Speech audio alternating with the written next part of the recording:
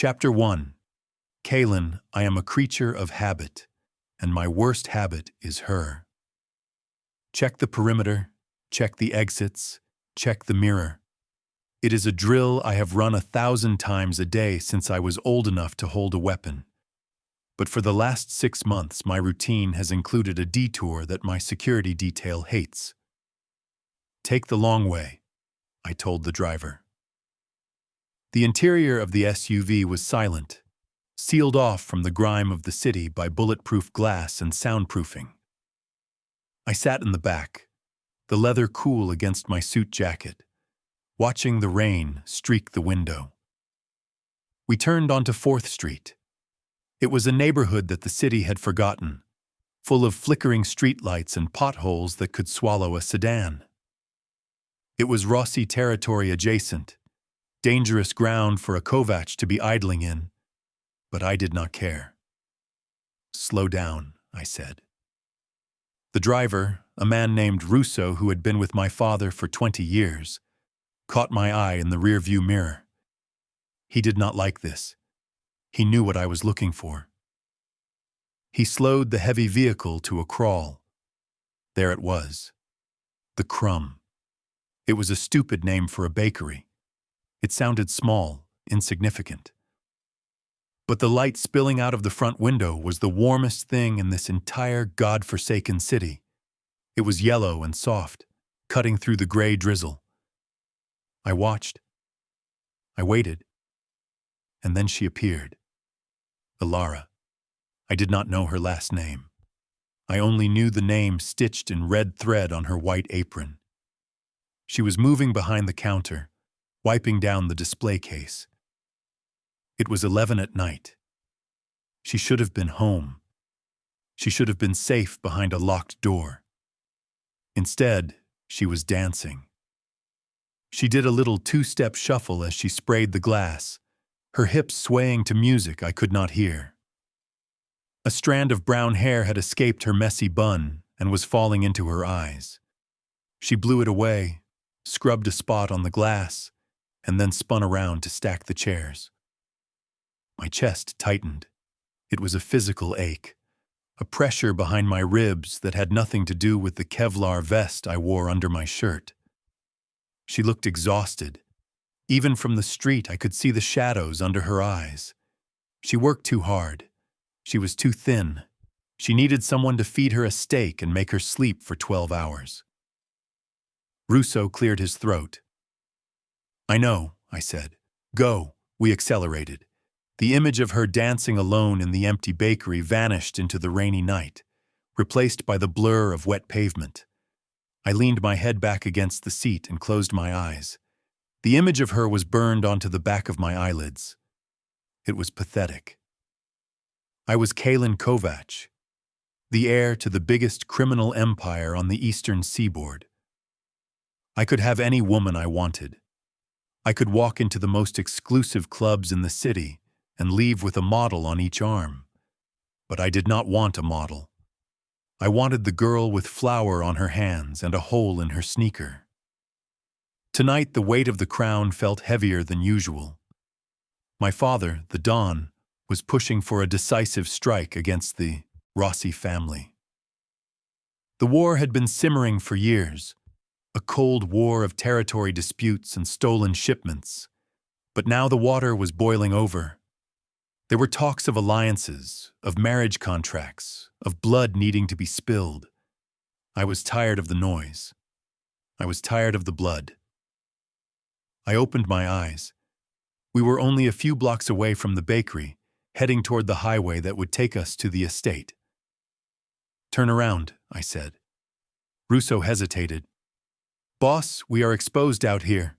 The chatter on the wire is high tonight." "Turn the car around, Russo." He didn't argue again. He spun the wheel, the tires screeching slightly on the wet asphalt. We headed back. I was breaking my own rule. For 6 months I had stayed in the shadows. I watched her because it grounded me. It reminded me that there was a world where people worried about burnt croissants and rent money, not car bombs and federal indictments. If I touched her world, I would stain it. I knew that. I was oil. She was water. But tonight I didn't care. I needed to be in the same room as her. Just once. I needed to smell the air she breathed. "Park here," I said. "Keep the engine running." I opened the door before the bodyguard in the passenger seat could get out to open it for me. The rain hit my face, cold and sharp. I buttoned my jacket, checking the line of it to make sure my sidearm was concealed, and strode across the sidewalk. The bell above the door chimed as I stepped inside. The smell hit me instantly. Vanilla, yeast, sugar, and underneath it all, the scent of cheap cleaning solution. Elara was behind the counter, counting out the till. She froze. Her head snapped up. Her eyes went wide.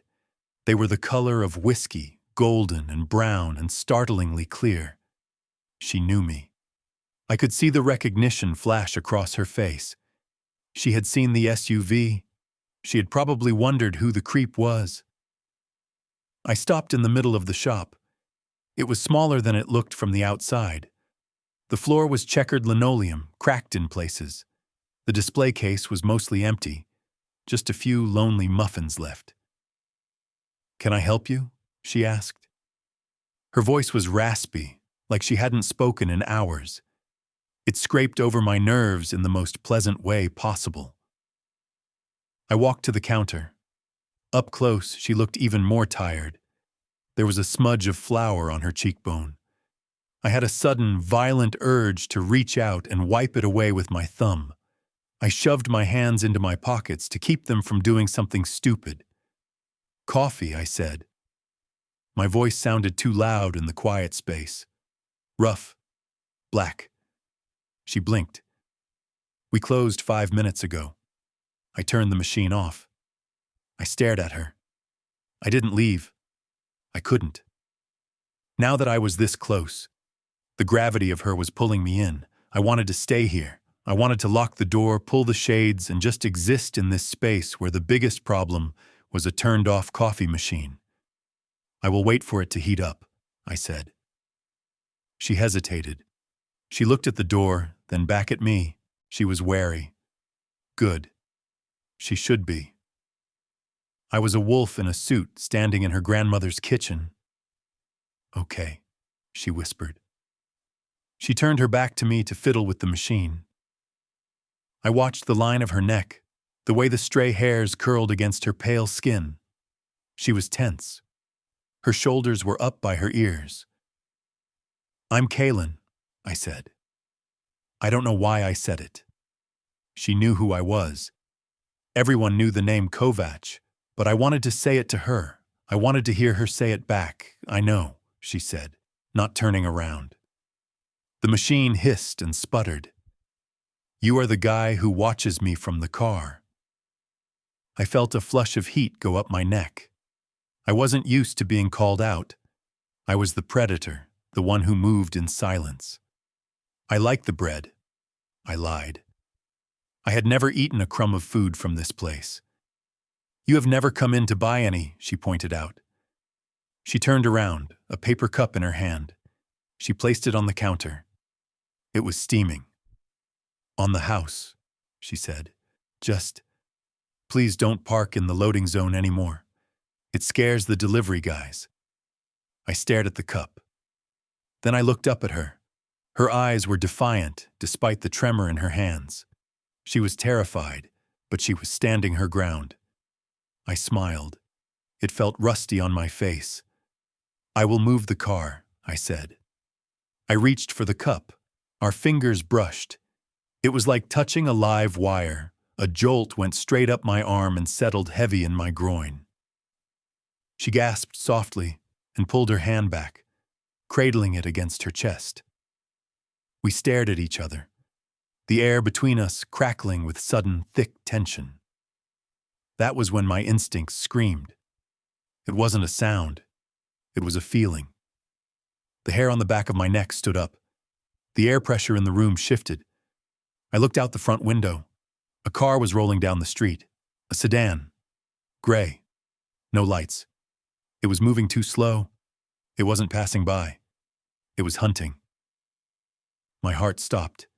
Then it restarted with a violent thud. "Get down!" I roared. Elara looked confused. She opened her mouth to speak. I didn't wait. I didn't think. I vaulted over the counter. I crashed into her, wrapping my arms around her waist and twisting my body in midair. I slammed us both to the hard floor behind the counter just as the world exploded. The sound was deafening. Automatic gunfire. It shredded the silence, tearing through the glass, the wood, the air. Pop, pop, pop, pop.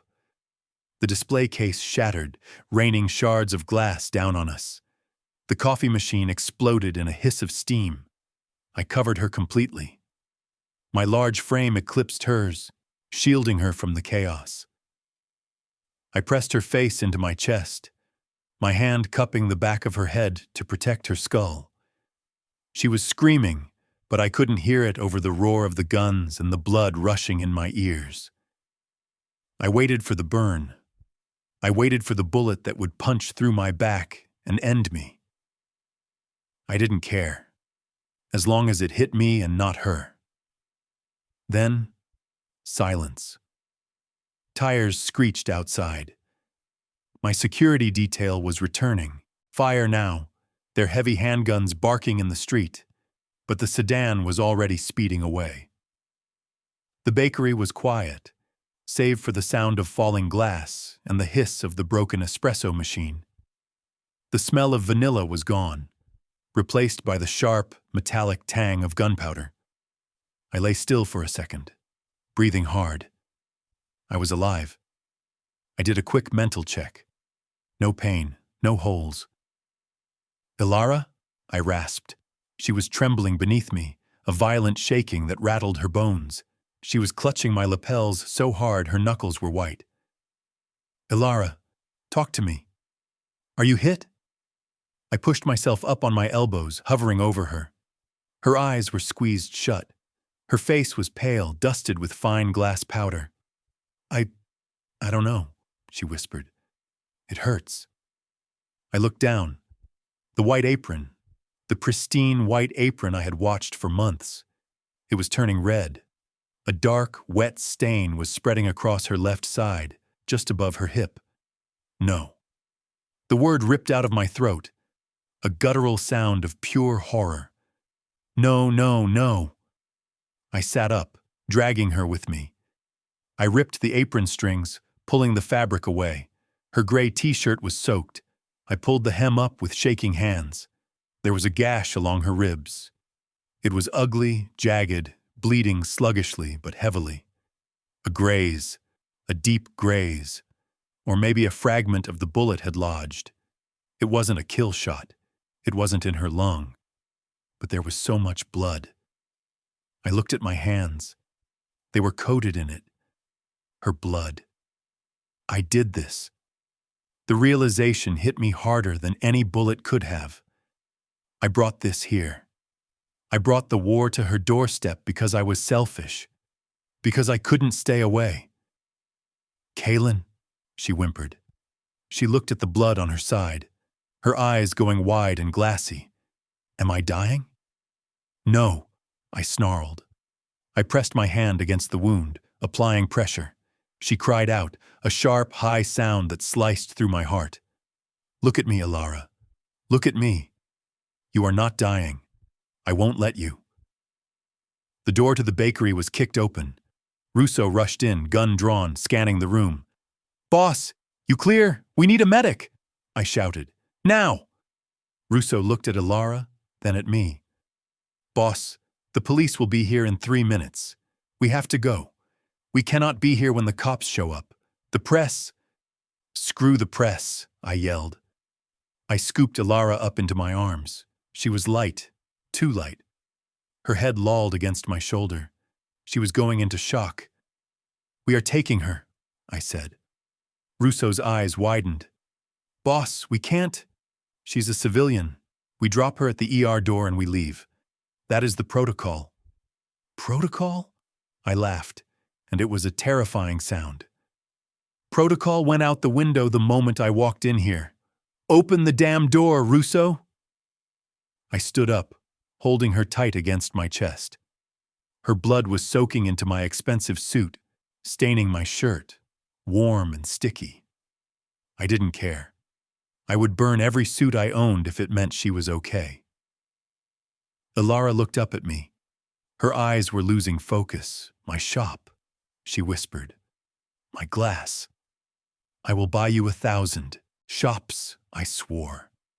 I walked through the debris, crunching over the ruins of her life. I carried her out into the rain. The street was chaotic. My men were shouting, securing the perimeter. The dark SUV was waiting, the back door already open. I slid inside, pulling her onto my lap. Go, I ordered. The estate. Russo jumped in the front. Boss, the estate! Your father! Drive! The car peeled out, leaving the shattered bakery behind. I looked down at Elara. She was shivering. I pulled off my jacket and wrapped it around her, tucking it tight to keep her warm.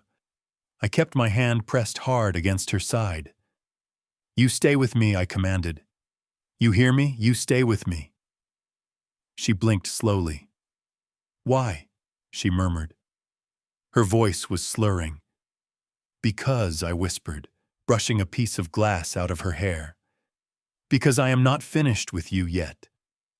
She closed her eyes. Her breathing was shallow. I stared out the window at the blurring city lights.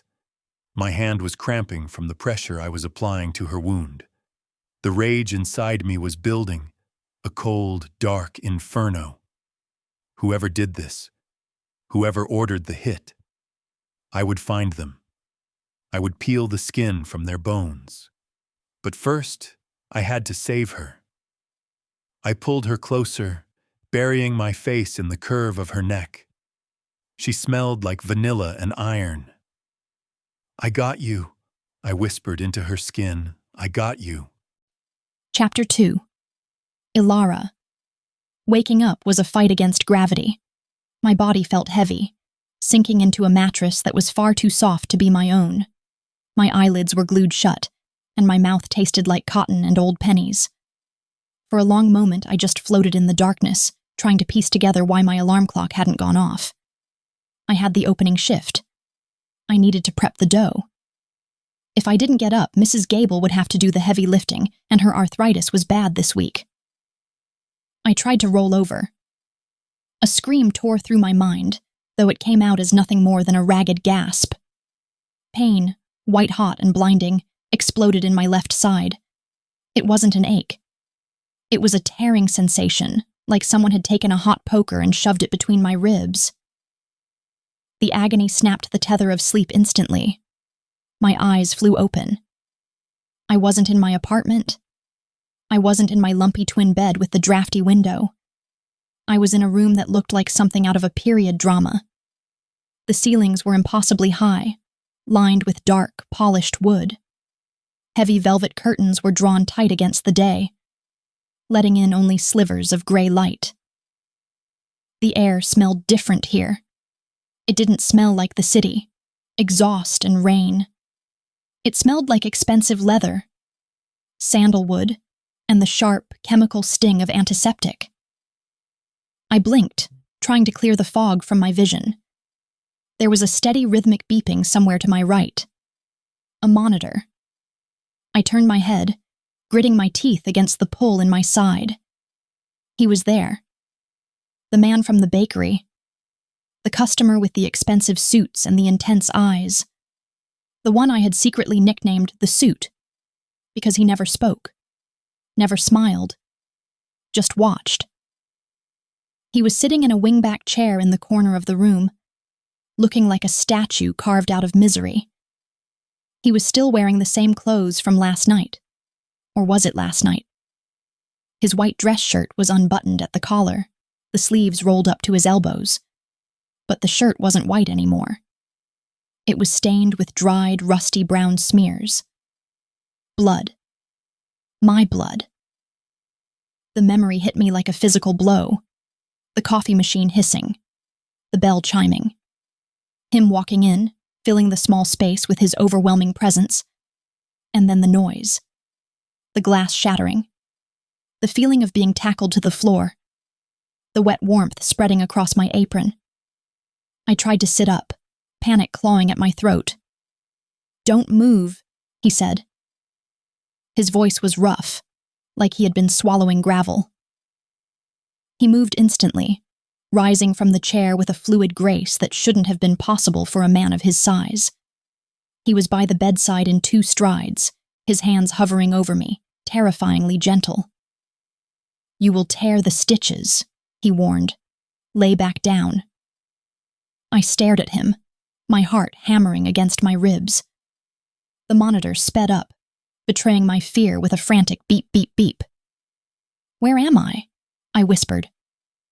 My voice was barely a croak. "Is this a hospital?" "No," he said. He poured water from a crystal, carafe into a glass, and held it to my lips. "Drink." I took a sip because I didn't have the strength to argue. The water was cool and clean. I pulled away, gasping. "You aren't answering me. Where am I? Who are you?" He set the glass down on the nightstand with a heavy clink.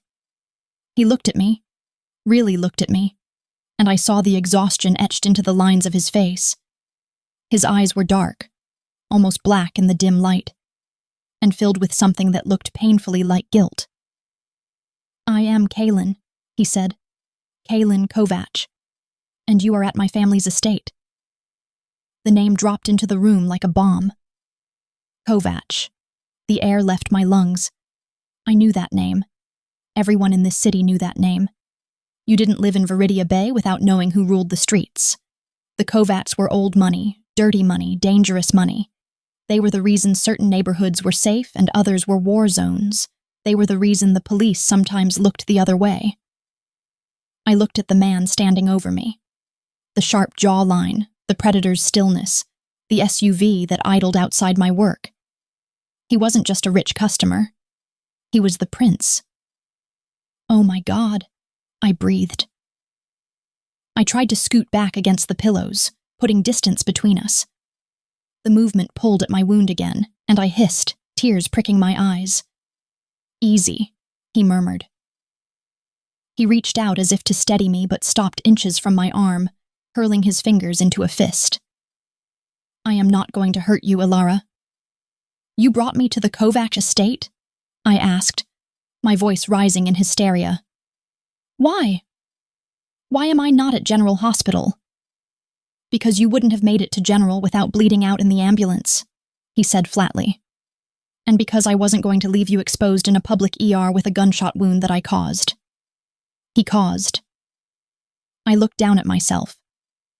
I was wearing a soft gray t-shirt that wasn't mine. It was huge, hanging off my shoulder. Someone had changed me. I felt a flush of shame and fear. You changed my clothes?"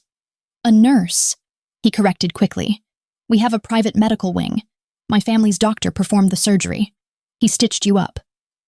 "Surgery?" I stared at him. "How bad is it?"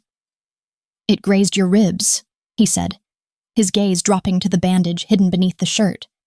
"It tore through the oblique muscle. It missed your internal organs, but it was deep.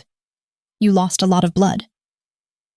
I closed my eyes, the reality of my situation crashing down on me. I had been shot. I was in a Mafia compound.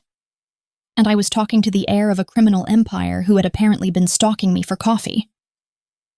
"I need to leave," I said, opening my eyes. "I can't be here. I have rent due on the 1st. I have to open the bakery tomorrow. Mrs. Gable can't do the heavy lifting." Kaelen let out a short, humorless laugh. He ran a hand through his dark hair, messing it up.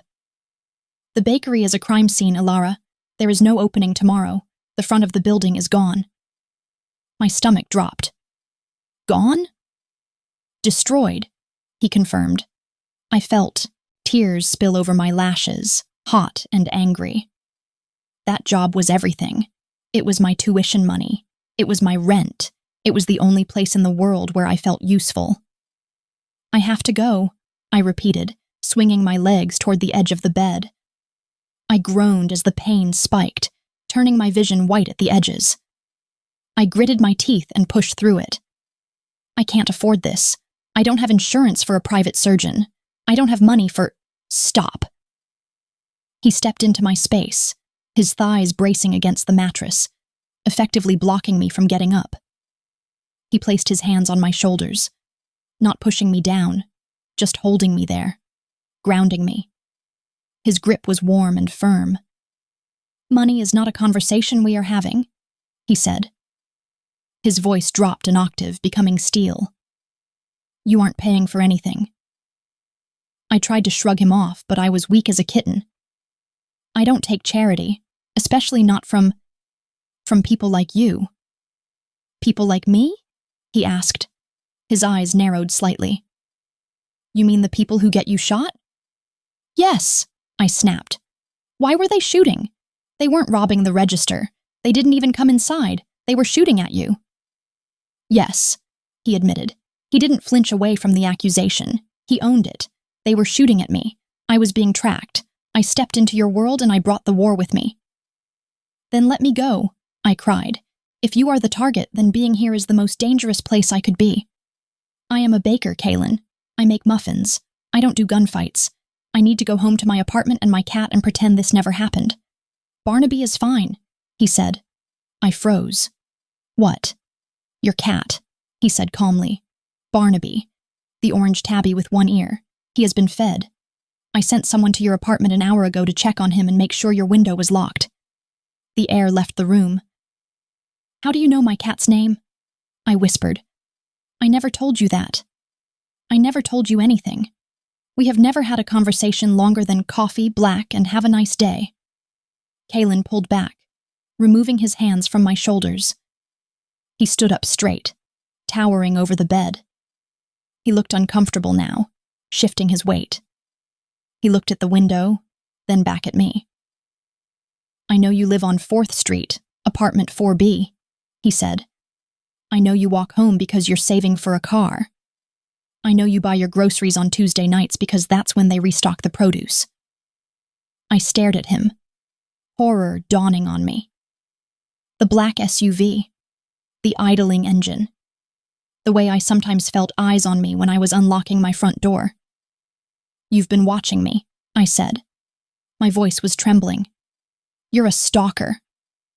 "I'm a protector," he corrected, though he looked like he tasted bile.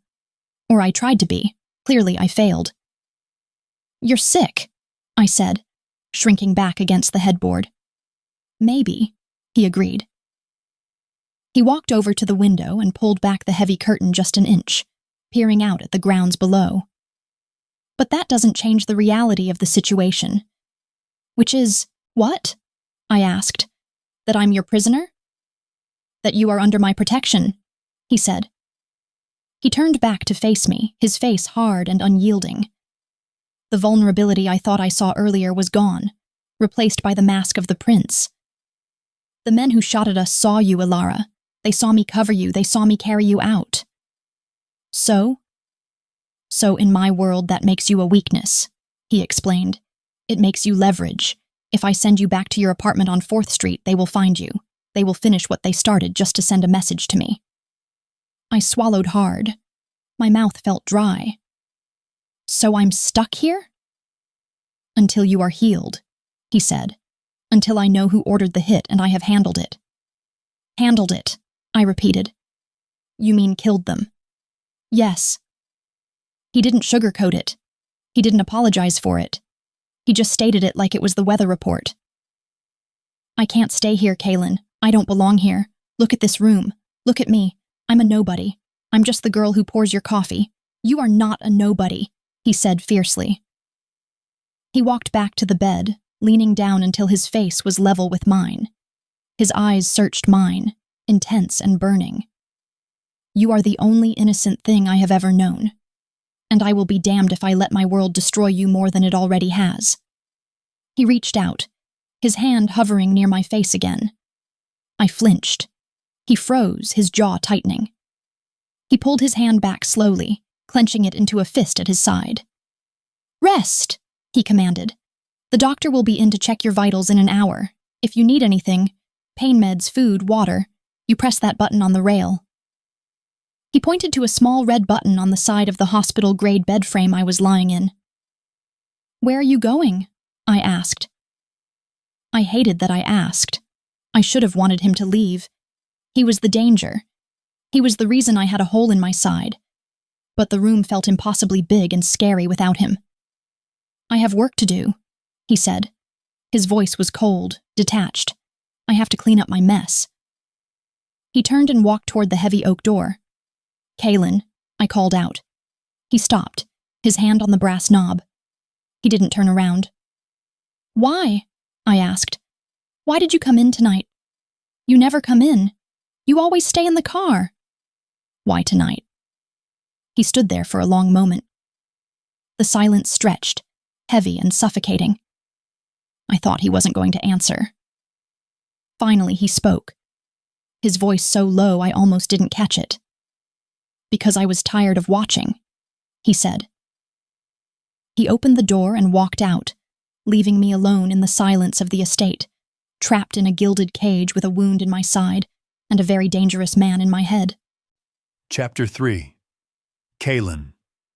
I stood on the stone balcony overlooking the east gardens. The night air was biting, damp with the rain that had finally stopped falling, but I didn't feel the cold. I felt only the heat of the rage simmering under my skin. I took a drag from a cigarette. I hadn't smoked in 2 years. I quit the day I took over the legitimate side of the family business because board members didn't like the smell of smoke on a CEO's suit. But tonight I needed the burn. I needed the nicotine to steady my hands. They were still shaking. Just a fraction. A tremor that no one else would notice, but I felt it deep in the muscles of my forearms. It was the adrenaline crash.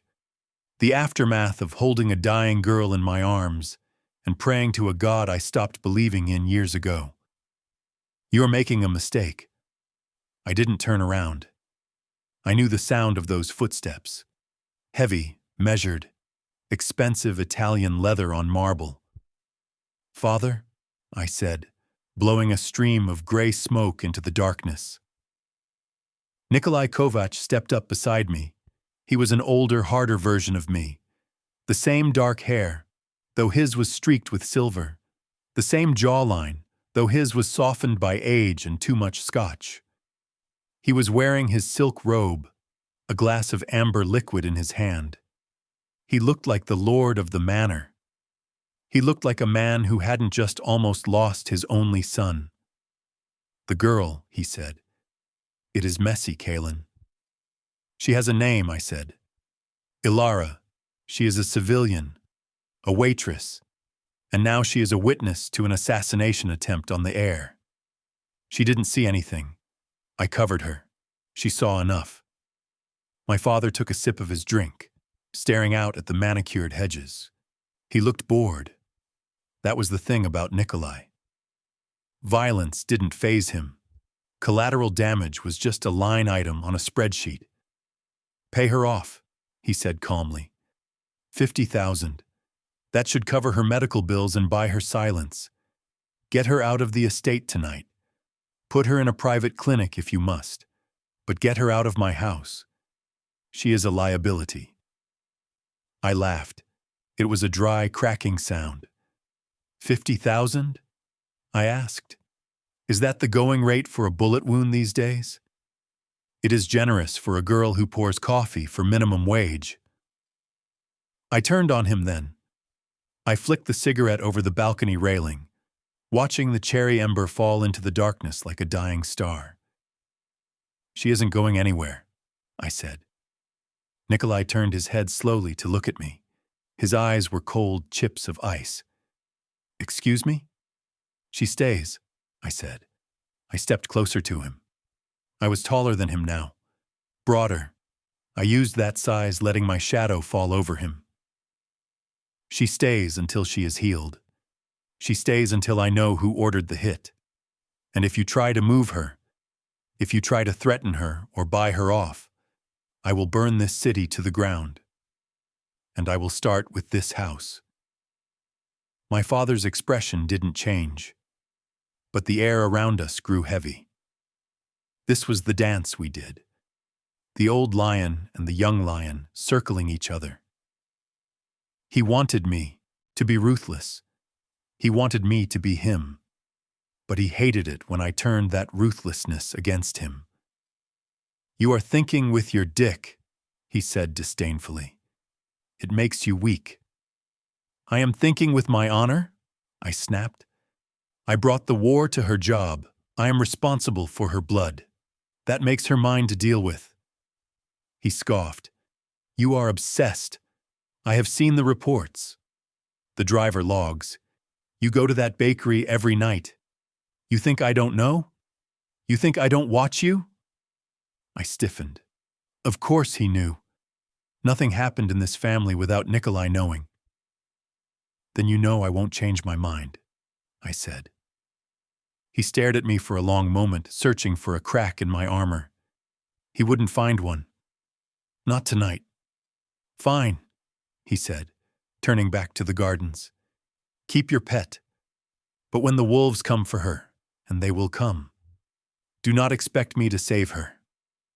"I don't need you to save her," I said. "That is my job."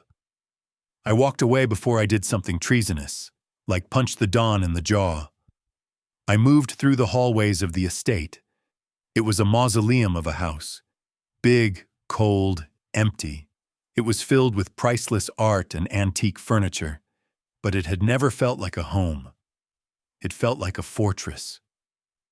And now, I had brought Elara into the dungeon. I stopped outside the door to the medical wing. I took a deep breath, trying to scrub the anger from my face. I checked my shirt. I had changed out of the bloody suit jacket, but I was still wearing the white dress shirt. The blood on the cuff had dried to a rust color. I rolled the sleeves up higher to hide it. I pushed the door open quietly. The room was dim, lit only by the monitors and a small lamp in the corner. I thought she might be asleep. The doctor had given her enough pain medication to knock out a horse. But she wasn't asleep. Elara was lying on her back, staring up at the intricate crown molding on the ceiling. Her face was pale, almost translucent against the dark pillows. She looked small, frail. I hated it. I hated seeing her like this. In the bakery, she was vibrant. She was always moving, always doing something with her hands. Now she was still. Broken. I walked into the room. "You should be sleeping," I said softly. She didn't jump. She didn't look at me. She just kept staring at the ceiling. "The drugs make my head spin," she whispered, "but they don't turn off my brain." I pulled the chair closer to the bed and sat down. The leather creaked. "How is the pain?" "Manageable." She turned her head then. Her eyes were glassy, dilated from the meds, but there was a sharpness behind them, a clarity that unsettled me. She looked at me. She looked at the rolled-up sleeves of my shirt. She looked at my hands, resting on my knees. "You know about Barnaby," she said. It wasn't a question. It was an accusation. I froze. I had slipped up earlier. In my panic, in my desperation to keep her calm, I had told her the cat was fed. I had revealed a card I wasn't supposed to be holding. "Yes," I said. "And, you know I live on 4th Street. "Yes, and you know about the groceries and the car I'm saving for." I took a breath. There was no point in lying. The truth was ugly, but it was all I had left to give her. "I know," I said. "How?" she asked. Her voice cracked. "How do you know all that, Kaelen?" "We never talk. You come in, you order coffee, you leave. How do you know about my life?" I looked down at my hands. They were large, capable of violence, capable of ending life. I hated that they had failed to protect her. "I watched you," I said. She made a small sound in the back of her throat. A whimper. "Why?" I looked up, meeting her gaze. I owed her this. I owed her the unvarnished, creepy truth. Because 6 months ago I buried my mother, I said. The funeral was a circus. Press, rivals, federal agents taking photos. I felt like I was suffocating. I told the driver to just drive. I didn't care where. We ended up in your neighborhood. I leaned forward, resting my elbows on my knees. We stopped at a red light in front of your shop. It was late, raining, and there you were. You were taking a tray of muffins out of the oven. You burned your finger and you laughed. You put your finger in your mouth and you did a little dance while you waited for the heat to fade. Elara stared at me, her mouth slightly open. I watched you, I continued, my voice low. You looked happy. You looked real. In my world, everyone wears a mask. Everyone wants something. Everyone is plotting. But you were just baking. You were alive. So you came back, she whispered. Every night, I admitted, it became the only part of my day that made sense. I sat in the car, and I watched you live your life. I watched you walk home. I watched you feed that ugly cat. I watched you count your tips. I paused, swallowing the lump in my throat. You were the only clean thing in my dirty life, Elara. Watching you, it was like looking through a window at a world I could never touch, a world where things were simple. She shivered. I didn't know if it was from cold or from fear. You stalked me, she said. You learned my schedule, you learned my habits. I protected you, I argued, though I knew it was a weak defense. I made sure no one bothered you on your walk home. I had my guys scare off the drug dealers on your corner. I kept you safe. Safe? She let out a harsh, incredulous laugh. She winced as the movement pulled at her stitches. She gestured to her bandaged side. You call this safe? I flinched. If you were watching, she said, tears welling in her eyes. If you knew everything, why didn't you stop it? Why didn't you see them coming? The question hit me like a physical blow. It was the question I had been asking myself for 3 hours. I closed my eyes, the guilt washing over me like acid. Because I broke the routine, I whispered. I opened my eyes and looked at her. I broke the rule. I wasn't supposed to go in. I was supposed to stay in the car, behind the bulletproof glass. I was supposed to keep the window closed. But tonight the noise in my head was too loud. The pressure was too much. I needed to be close to you. I needed to hear your voice. I reached out, but I stopped myself before I touched the sheet. I was selfish, Elara. I was arrogant. I thought I could step into your world for 5 minutes and steal a little bit of your peace. I didn't check the perimeter. I didn't wait for the scout report. I just walked in. I looked at the bandage on her side. I led them right to you, I said. I was the beacon. They were tracking me, and I led them straight to the only thing I care about. The silence in the room was deafening. The monitor beeped steadily, marking the time. Elara looked at me. Her expression was unreadable. She looked terrified, yes, but she also looked confused. You care about me? She asked softly. You don't even know me. I know you, I said fiercely. I know you hate the rain, but you walk in it anyway. I know you sing when you think no one is listening. I know you save the broken cookies for the stray dog in the alley.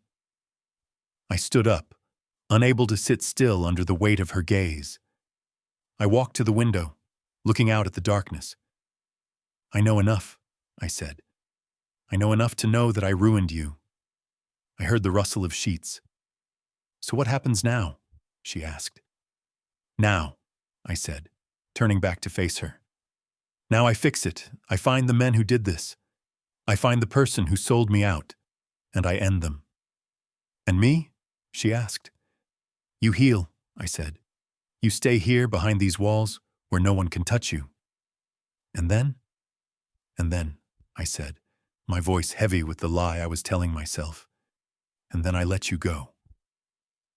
I send you back to your life, and I never come back to that bakery again. She watched me. She didn't believe me. I didn't believe me either, because now that I had touched her, now that I had smelled her blood and held her in my arms, the idea of letting her go felt like cutting out my own heart. Get some sleep, Elara, I said. I walked to the door, my hand lingering on the switch. Kaelen? She said. I paused. Thank you, she whispered. I frowned, turning my head. For what? For saving me. I stared at her. She was thanking the man who put a bullet in her side. It was twisted. It was wrong. It made me want to fall to my knees and beg for her forgiveness. Don't thank me, I said roughly. Save your thanks for when you survive me. I flipped the switch, plunging the room into darkness, and walked out into the cold hallway, leaving the only light I had ever known behind a closed door. Chapter 4. Elara. 2 weeks is a long time to stare at the same damask wallpaper. It's enough time to count the pattern repeats. 14 fleur-de-lis from the floor to the crown molding. It's enough time to memorize the way the light shifts across the room as the sun moves from east to west, slicing through the heavy velvet curtains. And it is definitely enough time to get used to the devil sitting in the corner. I shifted in the bed, wincing as the movement pulled at the healing skin on my side. The sharp, tearing pain from the first few days had faded into a dull, maddening itch. The doctor said it was a good sign. It meant the tissue was knitting back together. To me, it just felt like ants crawling under my skin. I let out a frustrated sigh and punched my pillow, trying to find a comfortable angle. Stop fidgeting, a deep voice rumbled from the corner. You will irritate the wound. I turned my head. Kaelen was sitting in a high-backed leather armchair he had dragged in from the library. He had turned my recovery room into his command center. There was a sleek laptop balanced on his knees, a stack of files on the small table beside him, and a stark phone that lit up every 30 seconds with a new disaster. I'm not fidgeting, I lied. I'm adjusting. There's a difference. He didn't look up from the screen. His fingers flew across the keyboard. He typed with a kind of controlled violence, like he was punishing the keys. You are bored, he said. I am a prisoner, I countered. You are a guest, he corrected. I snorted. Guests are allowed to leave. Guests can go for a walk. Guests can go to the bathroom without a nurse hovering outside the door like a gargoyle. Kaelen finally stopped typing. He closed the laptop with a snap and looked at me. He looked exhausted. In the 2 weeks I had been here, I wasn't sure I had seen him sleep. He was always there when I woke up, and he was always there when I drifted off. The dark circles under his eyes were bruising, stark against his pale skin. He had stopped wearing the pristine suit jackets, trading them for button-down shirts with the sleeves rolled up, revealing forearms that were corded with muscle and inked with faint, dark tattoos I couldn't quite make out from this distance. I am keeping you alive, Elara, he said calmly. Being bored is a small price to pay for breathing. I hated when he used logic. I hated that he was right. I slumped back against the pillows. I want to go home, Kaelen. I know. I want to see my cat. I had Barnaby brought to the estate, he said. He is currently terrorizing the kitchen staff. The cook gave him fresh salmon this morning. He lives better than I do. I blinked. You brought my cat here? You wouldn't stop asking about him, he said, rubbing a hand over his face. The roughness of his stubble made a scratching sound. And I was tired of you worrying. I felt a warmth bloom in my chest that had nothing to do with the fever I'd run last week. It was dangerous, this warmth, It was the feeling of being seen, being cared for. "Thank you," I whispered. He waved a hand dismissively, standing up. He stretched, his back popping audibly, and walked over to the side table where a silver coffee service sat. "Coffee?" he asked. "Please." I watched him pour. It was such a domestic task for a man who looked like he could snap a neck with one hand. He poured the dark liquid into a delicate china cup. Then, without asking, he reached for the sugar bowl. 1, 2 spoons, then a splash of heavy cream. He stirred it, the spoon clinking softly against the porcelain, and brought it over to me. He handed it to me, handle facing my right hand, so I wouldn't have to twist my injured side. I took a sip. It was perfect. Exactly how I made it for myself at the bakery at 4 a.m. 2 sugars, dash of cream. Not milk, cream. I lowered the cup, staring at him over the rim. "You know how I take my coffee?" I said quietly. He sat on the edge of the bed. It was a boundary he rarely crossed. Usually he stayed in his chair, in his corner. But today he seemed heavier, drawn to the comfort of the mattress. "I told you," he said, his voice low. "I watched you." "It's unnerving," I admitted. "It's thorough," he countered. "It's both." He cracked a smile. It was a rare thing, a flash of white teeth that transformed his harsh face into something devastatingly handsome. It made my breath hitch. I realized then that I was in trouble. Big trouble. It wasn't just that I was trapped in a Mafia estate with a gunshot wound, it was that I was trapped with him. For 2 weeks, he had been my nurse, my guard, and my only companion. He read to me when the painkillers made the words swim on the page of my book. He held my hair back once when the antibiotics made me sick. He listened to me ramble about culinary school, about the specific chemistry of sourdough starter, about how much I hated the rain. He listened like I was explaining the secrets of the universe. "Why are you still here?" I asked, placing the coffee cup on the nightstand. He frowned. "I live here." "No, I mean, here, in this room." "You have a whole empire to run, Kaelen. Don't you have an office? Don't you have minions to do this? Why are you babysitting me?" He looked down at his hands. They were resting on his thighs, large and scarred. "My father's office is downstairs," he said. "It smells like cigars and judgment. The war room is in the basement. It smells like blood and bad decisions." He looked up at me, his eyes dark and unguarded for the first time. "This is the only quiet room in the house," he said. I looked at him, really looked at him. I saw the tension in his shoulders, the way his jaw was always set, as if he was bracing for a blow. "You hate it, don't you?" I asked softly. He stiffened. "Hate what?" "This. The life. The business. Being the prince." Kaelen looked away, staring at the window where the afternoon sun was fading into twilight. "It is not a matter of hate or love, Elara. It is a matter of blood. I was born into this. It is in my DNA." "You could leave," I suggested. It was a naive thing to say, I knew that, but I wanted to say it. He laughed, a dark, humorless sound. "Leave? And go where?" "There is no retirement plan in this life. You leave in a box or you don't leave at all." He turned back to me, his expression intense. "Besides, if I leave, who keeps the monsters at bay? My father is getting old. He is ruthless, but he is losing his edge. My cousin is a psychopath who would sell the city for parts. If I don't take the throne, this city burns." "So you are a martyr," I said. "I am a dam," he corrected. "I hold back the flood." He looked so lonely then. He looked like a man carrying the weight of the world on a spine that was slowly fracturing. I didn't think. I just moved. I reached out with my left hand and covered his. His skin was warm, his knuckles rough. He flinched at the contact, his whole body going rigid, as if I had burned him. But he didn't pull away. He looked down at our hands, my pale, slender fingers resting against his large, tanned ones. The contrast was stark. You aren't a monster, Kaelen? I whispered. He looked up, his gaze locking onto mine. The hunger in his eyes hit me like a physical wave.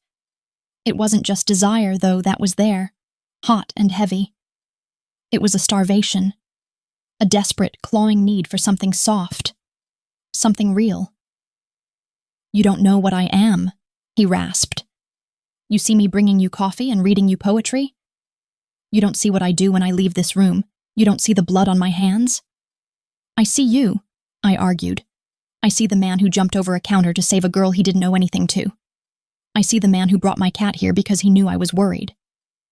That man is a liar, he said harshly. That man is trying to trick you. Then trick me, I challenged. The air between us charged with electricity. It hummed in my ears, drowning out the beep of the monitor. Kaelen leaned in. Just an inch. Then another. He turned his hand over, lacing his fingers with mine. His grip was tight, bordering on painful, but I didn't pull away. I squeezed back.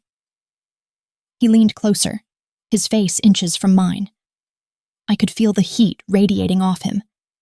I could smell the scent of him. Soap, starch, and the faint, underlying scent of smoke. My heart hammered against my ribs, aching in my chest. I wanted him to kiss me. God, I wanted him to kiss me. It was insane. It was stupid, but I wanted to taste the darkness he carried. Elara, he breathed. His voice was a vibration against my skin. He lifted his other hand, his fingers grazing my jawline. His touch was feather-light, reverent. His thumb brushed across my lower lip, dragging it down slightly. I parted my lips, a soft exhale escaping me. His eyes dropped to my mouth. His pupils blew wide, swallowing the hazel. He looked like he was about to consume me. I shouldn't, he murmured, more to himself than to me. I am poison, Elara. I will make you sick. I'm already shot, I whispered. How much worse can it get? A groan rumbled in his chest. He tilted his head, closing the distance. Our noses brushed. I closed my eyes, tilting my chin up, waiting for the contact. And then he pulled back. It was abrupt, violent. He ripped his hand from mine and stood up, putting 3 feet of distance between us in a second. I opened my eyes, blinking in the sudden loss of warmth. Kaelen stood by the window, his back to me. His hands were braced on the sill, his shoulders heaving as he took deep, ragged breaths. I can't, he choked out. Kaelen? No, he cut me off, his voice hard again. No. I am trying to be noble here, Elara. I am trying to do one decent thing in my miserable life. I am trying to get you healed so I can get you out of here. If I touch you, if I start this, I won't let you go. He turned around. His face was a mask of anguish. And you need to go, he said. You need to get as far away from me as possible. I stared at him, my hand still tingling where he had held it. I felt rejected, yes.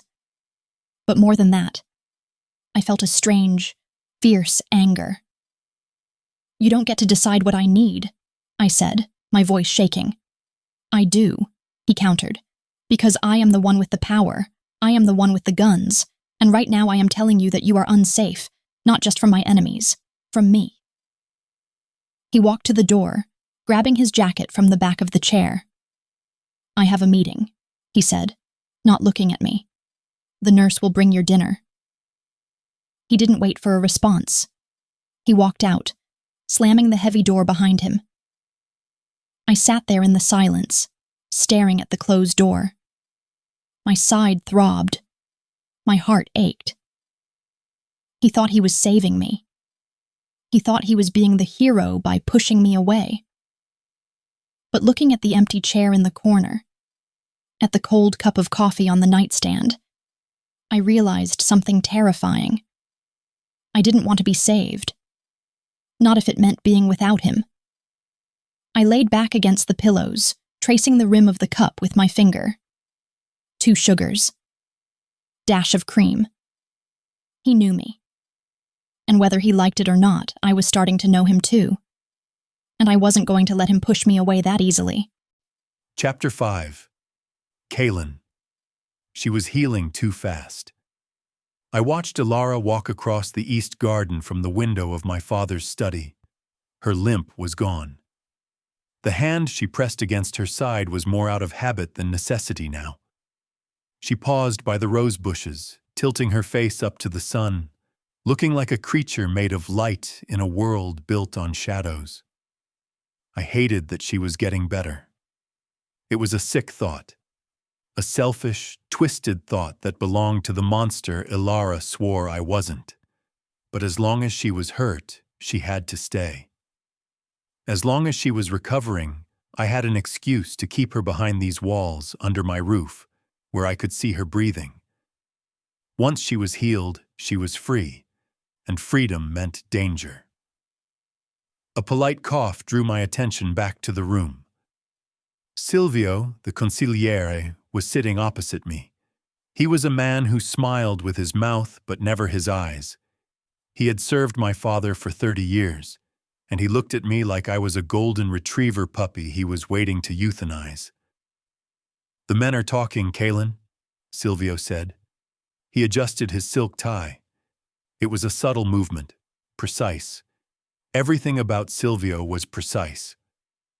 "Let them talk," I said, turning away from the window. Soldiers always talk. It keeps them from getting bored between shifts.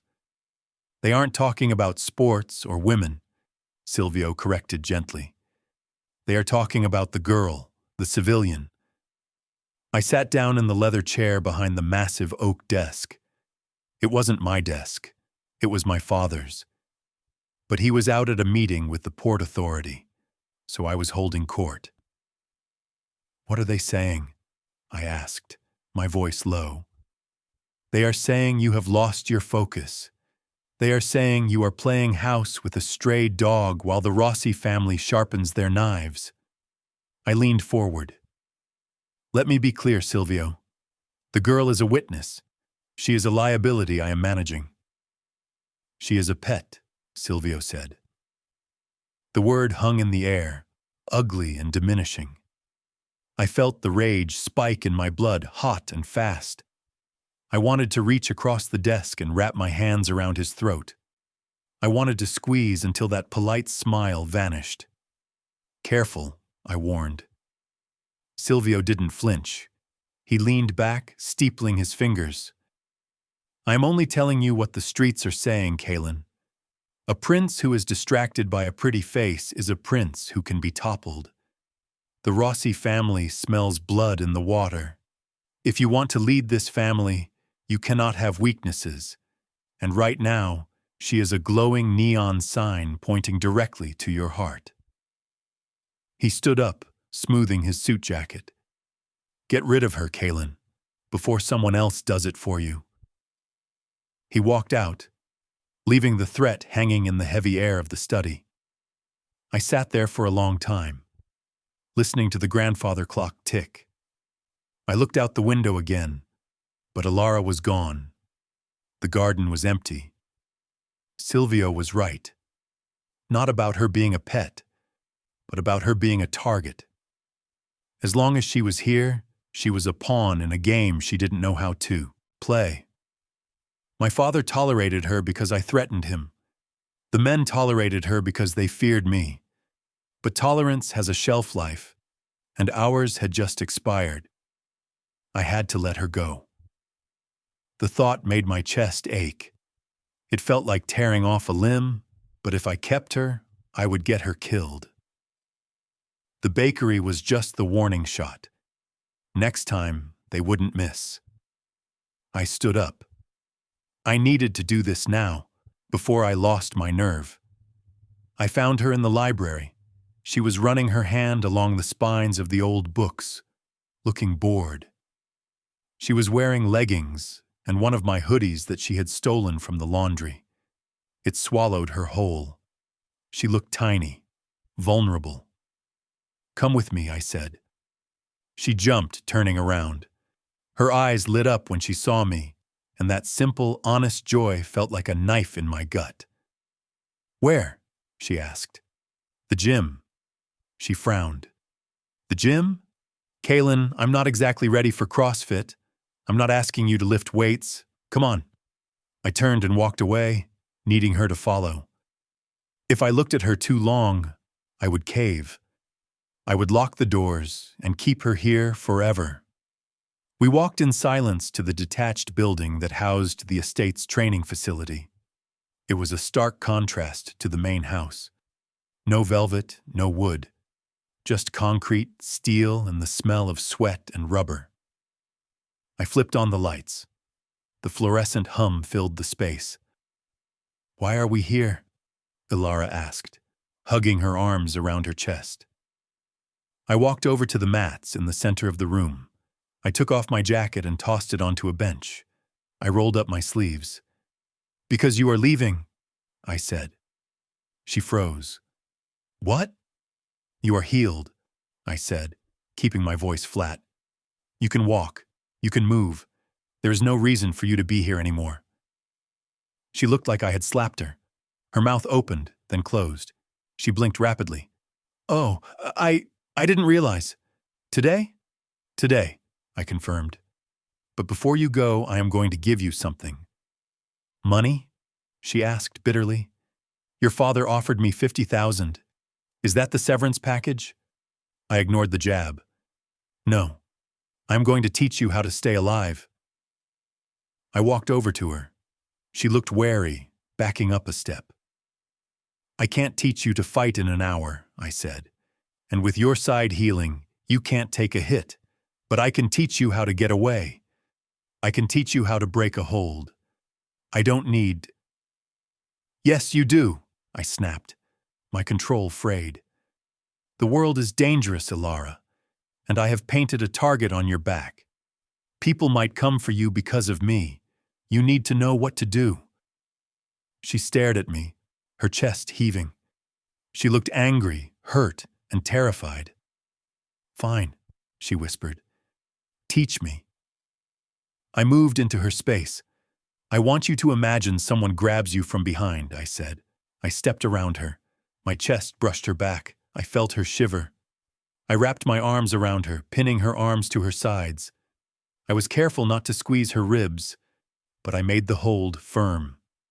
I trapped her. "They have you," I murmured, my mouth close to her ear.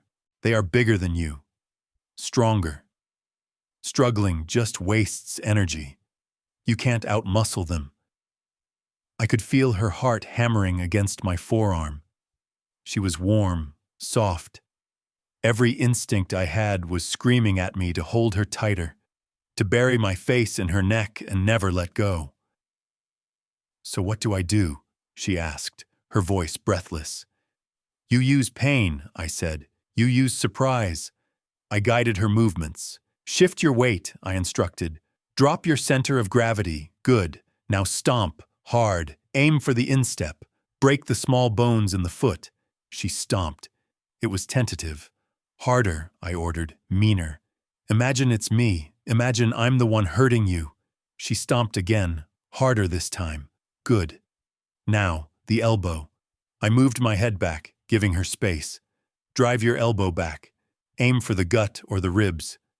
If they are close enough, aim for the throat." She drove her elbow back. It thumped against my stomach. My abs absorbed it easily, but the form was good. "Again," I said. She did it again, again. We fell into a rhythm. Grab, stomp, strike, release. The air in the gym grew heavy. It was thick with heat and sweat and the undeniable tension stretching between us. I grabbed her again, tighter this time. "Don't let me hold you," I growled. "Fight me, Elara."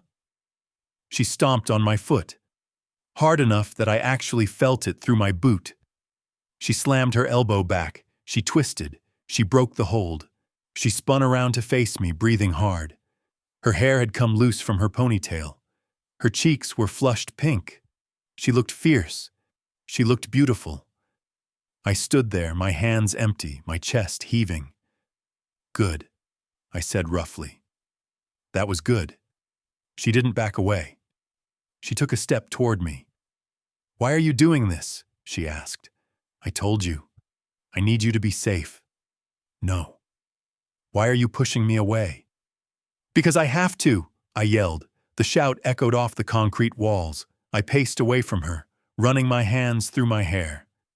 I felt like a caged animal. "Silvio is right," I said, my voice dropping to a harsh whisper. "You make me weak." She flinched. I stared at the floor. "When you are here, I don't think about the business. I don't think about the war. I think about you. I think about how you take your coffee. I think about how soft your skin is. I think about stripping that hoodie off you and finding out if you have freckles anywhere else." I looked up at her.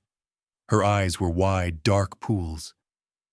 "I am a liability to this family as long as you are my distraction," I said. "And you are a dead woman walking if you stay near me." I walked back to her. I couldn't stop myself. I was drawn to her like a moth to a flame, knowing it would burn. I stopped inches from her. I reached out and tucked a strand of hair behind her ear. My hand lingered on her jaw. "I want to keep you," I whispered. "I want to lock you in my tower and throw away the key. I want to ruin you for anyone else." "Kaelen," she breathed. She leaned into my touch. She turned her face, pressing a kiss to the center of my palm. The sensation shattered me. It was so trusting, so intimate. I grabbed the back of her neck. I pulled her to me. Our bodies collided. My other hand gripped her waist, careful of her wound, but desperate to feel her against me. I lowered my head. Her lips parted. She let out a small, needy sound that went straight to my groin. I wanted to kiss her. I wanted to devour her. I wanted to claim her so thoroughly that she would never be able to leave. I hovered there, our breath mingling. I could taste her. Vanilla and mint. "Kiss me," she whispered. The plea nearly broke me, but then I saw it. The bruise on her wrist from the IV, the stiffness in the way she held her side. I had done that, and if I kissed her now, if I took this, I would never have the strength to let her go. And the next time she got hurt, it wouldn't be a graze. It would be a coffin. "I can't," I choked out. I tore myself away from her. It took every ounce of physical strength I possessed. I stepped back, my hands shaking. "The car is waiting at the front," I said. My voice was cold, dead. It wasn't my voice. It was the prince's voice. "Kaelen." "Go, Elara." She stared at me. Her eyes filled with tears. She looked devastated. Then her expression hardened. She lifted her chin. She pulled the dignity around her like a cloak. "Goodbye, Kaelen," she said. She turned and walked out of the gym. She didn't look back. I watched her go. I watched the door swing shut behind her. And then I turned and punched the heavy bag so hard the chain snapped. It crashed to the floor with a dull thud. I stood there in the silence, my knuckles bleeding, my chest hollow. She was safe. She was gone. I had done the right thing. So why did it feel like I had just made the biggest mistake of my life? Chapter 6. Elara. My apartment smelled like stale air and dust. I stood in the doorway, my key still clutched in my hand, staring at the space that used to feel like my sanctuary. It was a studio on the 4th floor of a walk-up that had seen better decades, let alone days. The linoleum in the kitchenette was peeling at the corners. The window had a draft that whistled when the wind picked up. The couch was a hand-me-down from a neighbor who had moved to Florida. Before the bakery exploded, this place was my independence. It was proof that I was making it on my own. Now it just looked small and unsafe. I stepped inside and closed the door. I reached for the lock, but my hand hesitated. The old, flimsy deadbolt was gone. In its place was a heavy, brushed steel mechanism that looked like it belonged on a bank vault, not a pre-war apartment door. There was a keypad above the handle and a reinforcement plate drilled into the frame. I ran my thumb over the cold metal. Kaelen. He hadn't just dropped me off at the curb like a bag of laundry. He had sent a team ahead. They had fortified my tiny life while I was busy getting my heart broken in his gym. I locked the door. The thud of the bolt sliding home was heavy, final. I walked further into the room. There was a small black dome mounted in the corner of the ceiling near the entrance. A camera. I checked the window. New latches. Sensors. I wasn't free. I was just in a different cage. I sat down on the edge of my lumpy mattress and buried my face in my hands. Barnaby, my traitorous cat, rubbed against my ankles, purring loud enough to rattle his ribs. He had arrived an hour before me, delivered in a luxury pet carrier that probably cost more than my rent. He looked fatter. Even my cat preferred the Mafia lifestyle. "I hate him," I whispered to the empty room. It was a lie. A terrible, jagged lie. I didn't hate Kaelen. I missed him. I missed the way he smelled like sandalwood and smoke. I missed the way he sat in the corner of the room, guarding me while I slept.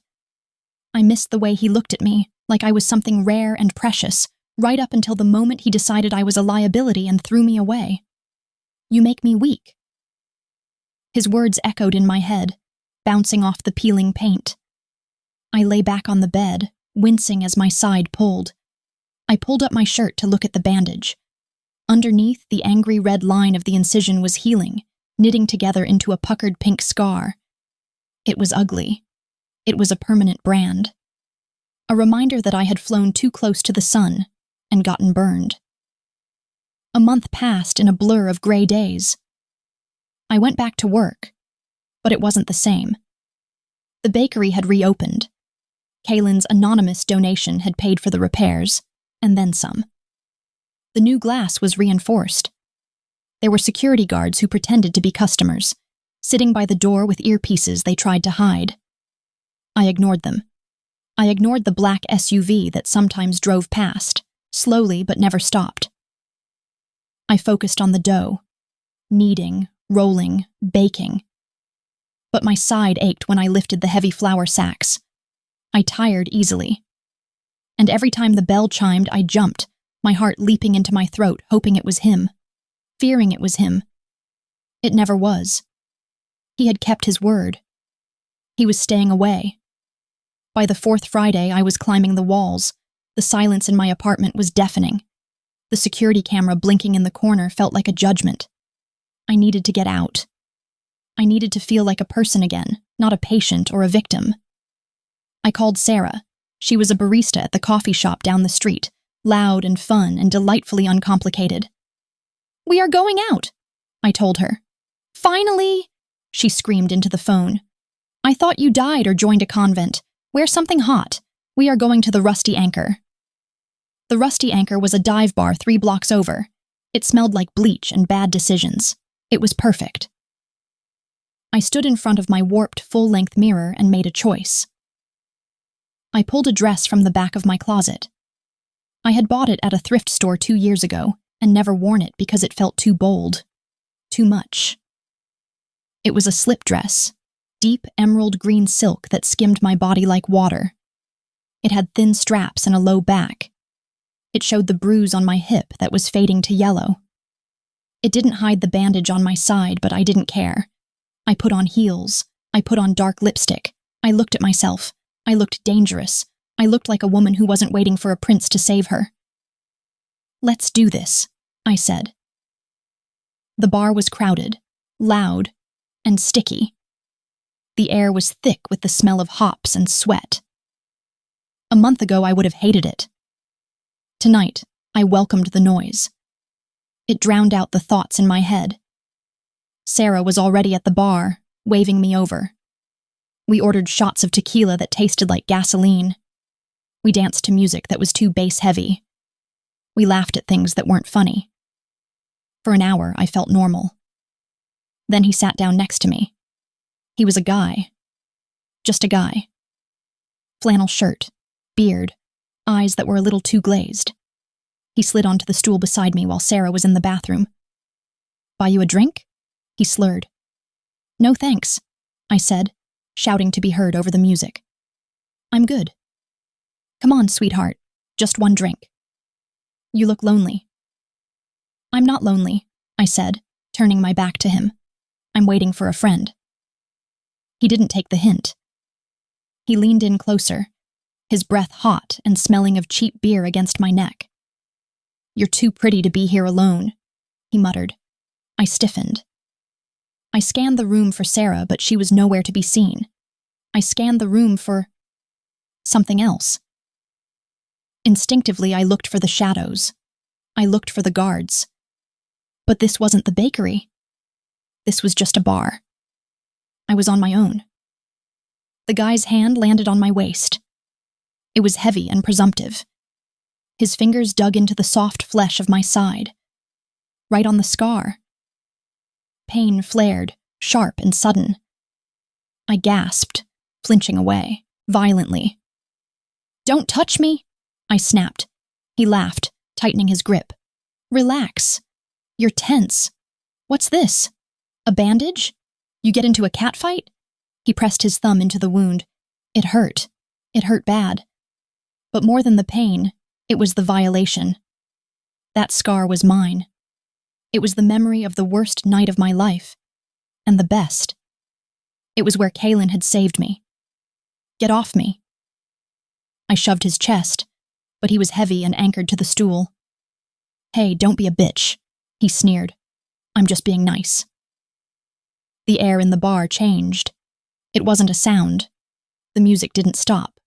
The people didn't stop talking. But the temperature dropped 10 degrees. The hairs on my arms stood up. I looked toward the door. Kaelen was there.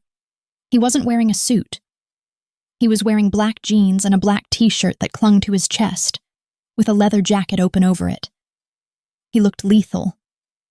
He looked like a dark god who had descended from Olympus to burn the world. He wasn't looking at the crowd. He wasn't looking at the bartender. His eyes were locked on the stranger's hand on my waist. I stopped breathing. Kaelen didn't walk. He stalked. He cut through the crowd like a shark through water. People instinctively moved out of his way, sensing the violence radiating off him in waves. The guy next to me didn't notice. He was too busy leaning in, trying to whisper something gross in my ear. He never got the chance. One second, the guy was sitting there. The next, he was flying backward. Kaelen had grabbed him by the back of his flannel collar and yanked him off the stool with terrifying ease. The guy crashed into a table behind us, sending glasses shattering to the floor. The bar went silent. The music seemed to stutter. The guy scrambled up, looking confused and angry. "Hey, what the hell, man?" Kaelen stepped into his space. He didn't shout. He didn't roar. He was deadly calm. "Touch her again," Kaelen said, his voice low and vibrating with a dark promise. "And I will remove your hand at the wrist." The guy blinked. He looked at Kaelen's face. The dead eyes, the set jaw, the sheer size of him, and his survival instincts finally kicked in. He paled. He looked at me, then back at Kaelen. I didn't know she was with you," he stammered. "She isn't with me," Kaelen said. "She is mine. There is a difference. Get out." The guy didn't need to be told twice. He scrambled toward the exit, nearly tripping over his own feet in his haste to get away from the predator in the leather jacket. Kaelen watched him go, his chest heaving. His hands were clenched into fists at his sides. Slowly, he turned to face me. My heart was hammering a frantic rhythm against my ribs. I should have been angry. I should have been furious that he was here, ruining my night, claiming ownership of me like I was a piece of property. But all I felt was relief. And heat. He looked at me. He looked at the green silk dress. He looked at the exposed skin of my back, the lipstick on my mouth. His jaw ticked. What are you doing here? He rasped. I slid off the stool, standing my ground. I stood tall in my heels, though I still had to look up at him. I'm having a drink, I said. It's a free country, Kaelen. You are testing me, he said. Testing you? I laughed, but it sounded breathless. I haven't seen you in a month. You dumped me, remember? You sent me away for my own good. I sent you away to keep you safe. He growled, stepping closer. He invaded my personal space, boxing me in against the bar. And look at you. You are in a dive bar on the edge of Rossi territory, wearing a dress that is basically an invitation for trouble, letting some drunk touch you. He touched me, I argued. I didn't let him. He touched the wound, Kaelen said. His eyes dropped to my waist. I saw him. He pressed on it. His voice broke on the last word. He reached out, his hand hovering over my side, shaking slightly. Did he hurt you? I stared at him. The anger in his eyes was fading, replaced by that familiar, devastating worry. Yes, I whispered. A growl rumbled in his chest. I tried, Elara, he said. He sounded desperate. I stayed away. I watched the cameras. I let you have your space. But I can't do this. I can't watch some random idiot put his hands on you. Then stop watching, I shouted, pushing against his chest. I can't, he roared back. The bar was staring. I didn't care. You say I make you weak? I said, tears stinging my eyes. You say I'm a liability. So you leave me alone in that apartment with nothing but locks and cameras to keep me company. You think that's saving me? It's lonely, Kaelen. It's miserable. I grabbed the lapels of his leather jacket and yanked him down. I would rather be in danger with you than safe without you. Kaelen froze. He stared at me, his expression shattering. You don't mean that, he whispered. I do. I am tired of being sensible. I am tired of being afraid. I looked at his mouth. Take me home, Kaelen. Something snapped in him. I saw it happen. The restraint, the nobility, the walls he had built, they all crumbled. He grabbed my hand. His grip was iron. Let's go. He didn't wait for me to close my tab. He didn't wait for Sarah. Sorry, Sarah. He dragged me toward the back exit, kicking the door open. We spilled out into the alleyway. The air was cool and smelled of rain. He didn't stop. He marched me to a sleek black sports car parked by the dumpster, not the SUV. This was his car, his escape. He opened the passenger door and practically shoved me inside. He slammed it shut and rounded the hood, sliding into the driver's seat. He started the engine. It roared to life, a deep, guttural growl that matched the man driving it. He peeled out of the alley, tires screeching. Where are we going? I asked, my pulse racing. Not your apartment, he said, gripping the steering wheel so hard the leather creaked. I'm done with that place. Then where? My penthouse, he said. He glanced at me. His eyes were dark, hungry, and full of a terrifying possessiveness. And this time I'm not letting you leave. Chapter 7. Kaelen. I drove like I was trying to outrun my own shadow. The speedometer climbed past 90 as we tore down the highway, the city lights blurring into streaks of neon violence against the dark glass of the windshield. My knuckles were white on the leather steering wheel. I could feel the leather groaning under my grip, threatening to tear, just like my restraint. Beside me, Elara was silent. She wasn't cowering. She wasn't crying. She was sitting perfectly still, staring out the window, her jaw set in a line of stubborn defiance that made me want to shake her and kiss her until she forgot her own name. I risked a glance at her. The streetlights slashed across her face, illuminating the sharp curve of her cheekbone, the dark lipstick that made her mouth look sinful, the pale column of her throat. She was wearing a green dress that was nothing but a scrap of silk and a prayer. It clung to every curve, exposing the creamy skin of her back, the slope of her shoulders. It was a dress made for sin, and she had worn it to a dive bar full of wolves. I tightened my grip on the wheel, the anger flaring hot and bright in my chest. It wasn't anger at her. Not really. It was anger at myself. I had tried. God, I had tried. For 30 days, I had lived like a monk. I had sat in my cold, empty penthouse and watched the grainy feed from the security cameras I installed in her hallway. I watched her leave for work. I watched her come home. I watched her struggle to open a jar of pasta sauce with her healing side, and I had nearly punched a hole in my wall because I wasn't there to open it for her. I stayed away because I was supposed to be the noble protector, the martyr, and tonight, that nobility had almost gotten her hurt. I saw the way that drunk touched her. I saw his filthy hand digging into her waist, right over the scar I had put there.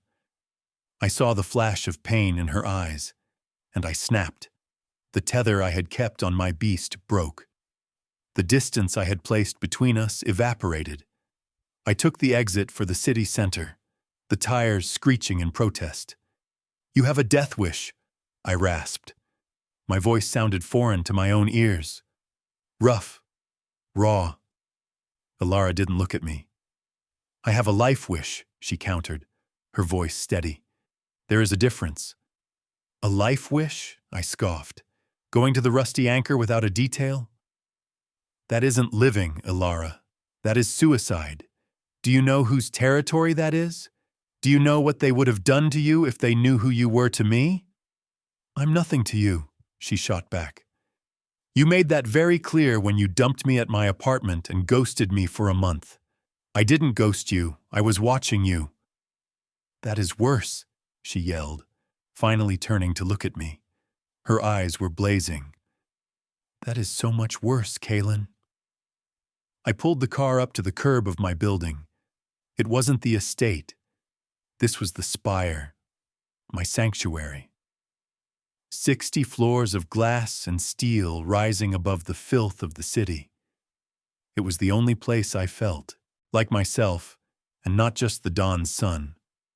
I killed the engine. The silence that rushed in was heavy, suffocating. I got out, slamming the door. I rounded the hood and ripped her door open. "Get out." She glared at me, but she slid out of the low seat. Her heels clicked on the pavement. She shivered in the cool night air, hugging her bare arms. I shrugged off my leather jacket and draped it over her shoulders.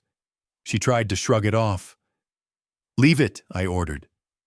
She stopped fighting, pulling the lapels tighter. It smelled like me. Seeing her wrapped in my leather, her small frame swallowed by my scent, did something dangerous to my blood pressure.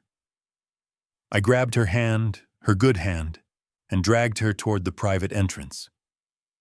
We rode the elevator in silence. The numbers climbed. 10, 20, 40. The tension in the small metal box was thick enough to choke on. I could hear her breathing. I could hear the rapid beat of her heart. I could smell the cheap tequila she had been drinking, mixed with the vanilla scent of her skin. It was intoxicating.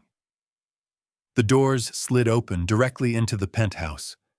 I pulled her inside. The lights flickered on automatically, illuminating the stark, modern space. Floor-to-ceiling windows overlooked the city skyline. Black marble floors, white leather furniture. It was cold, impersonal. But tonight, with her standing in the middle of it in that green dress, it felt alive.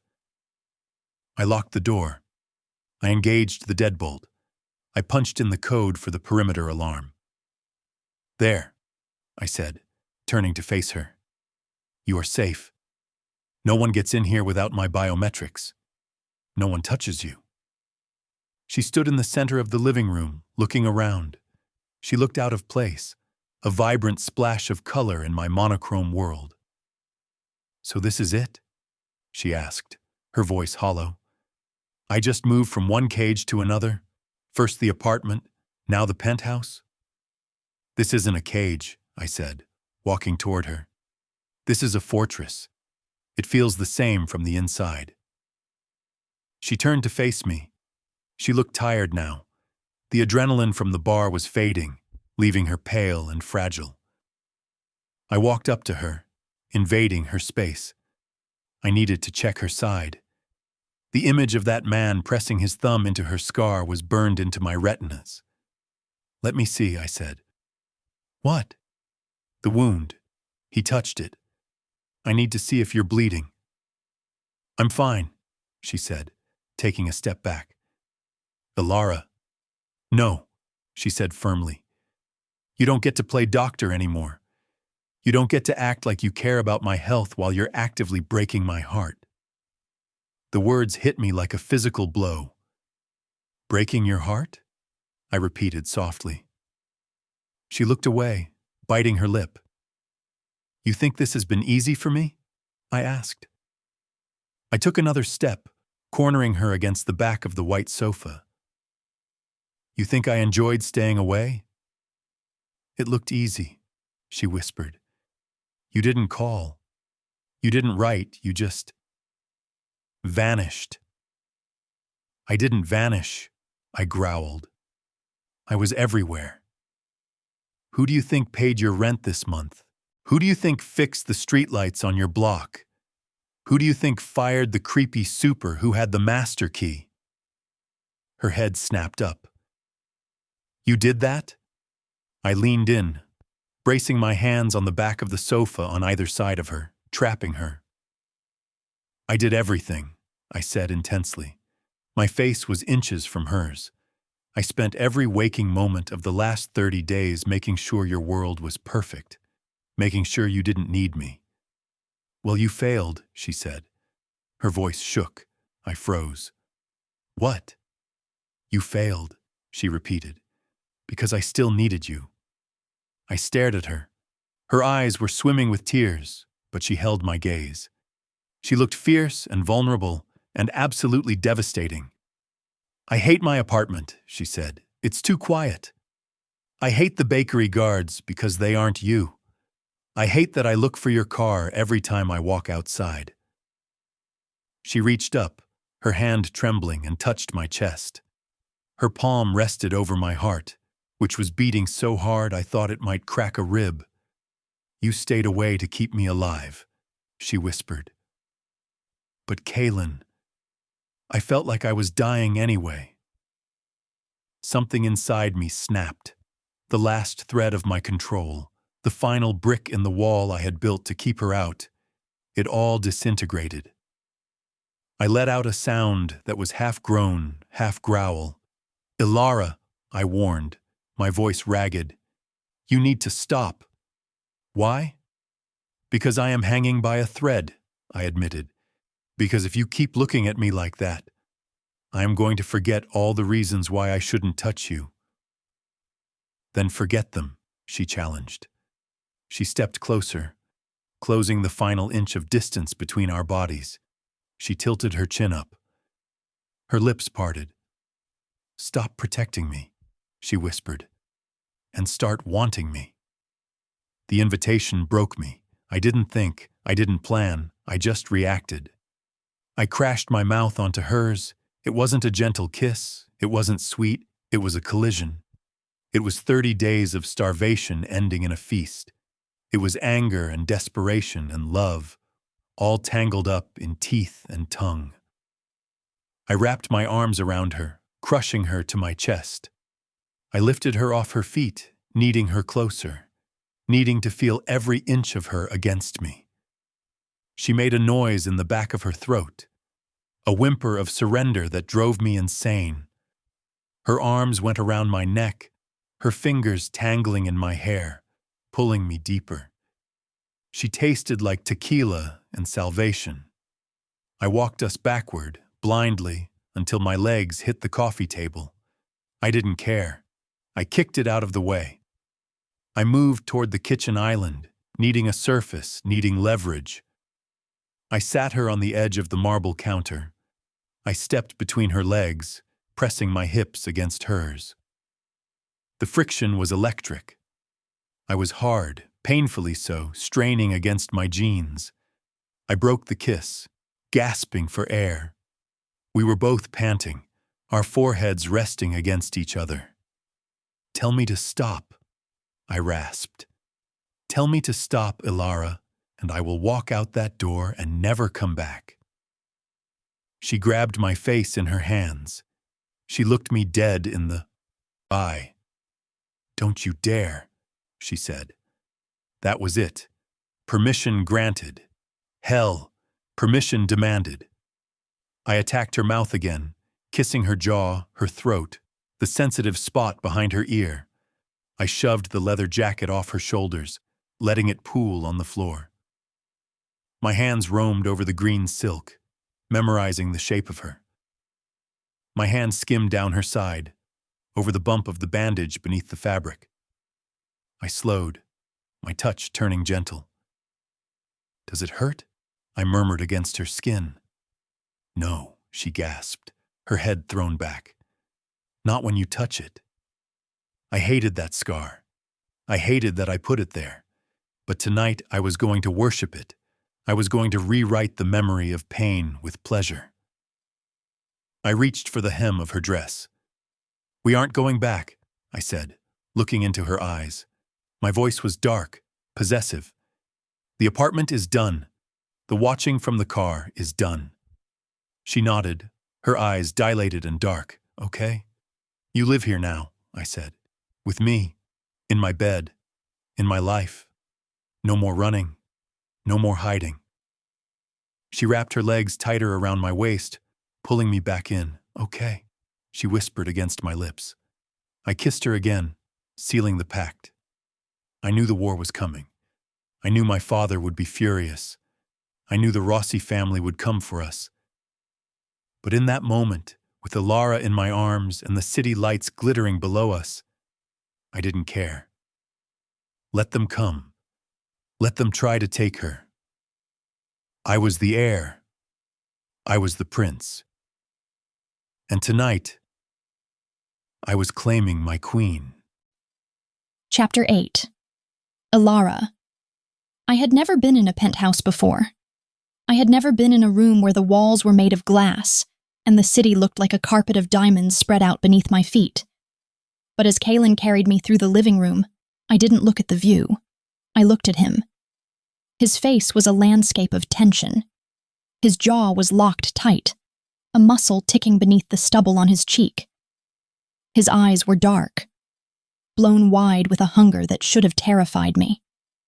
It didn't. It thrilled me. I wrapped my arms tighter around his neck, burying my face in the curve of his shoulder. He smelled like leather and the cold night air, mixed with the unique, spicy scent that was just him. It was the smell of danger, but it was also the smell of safety. He kicked the bedroom door open. The room was vast, dominated by a massive bed with black sheets. It was stark, masculine, devoid of any softness, until he laid me down on it. The mattress dipped under my weight. Kaelen hovered over me, his hands braced on either side of my head. He looked down at me like I was a treasure he had stolen and didn't quite know how to keep. "Are you sure?" he asked. His voice was rough, gravelly. He wasn't asking if I wanted to have sex.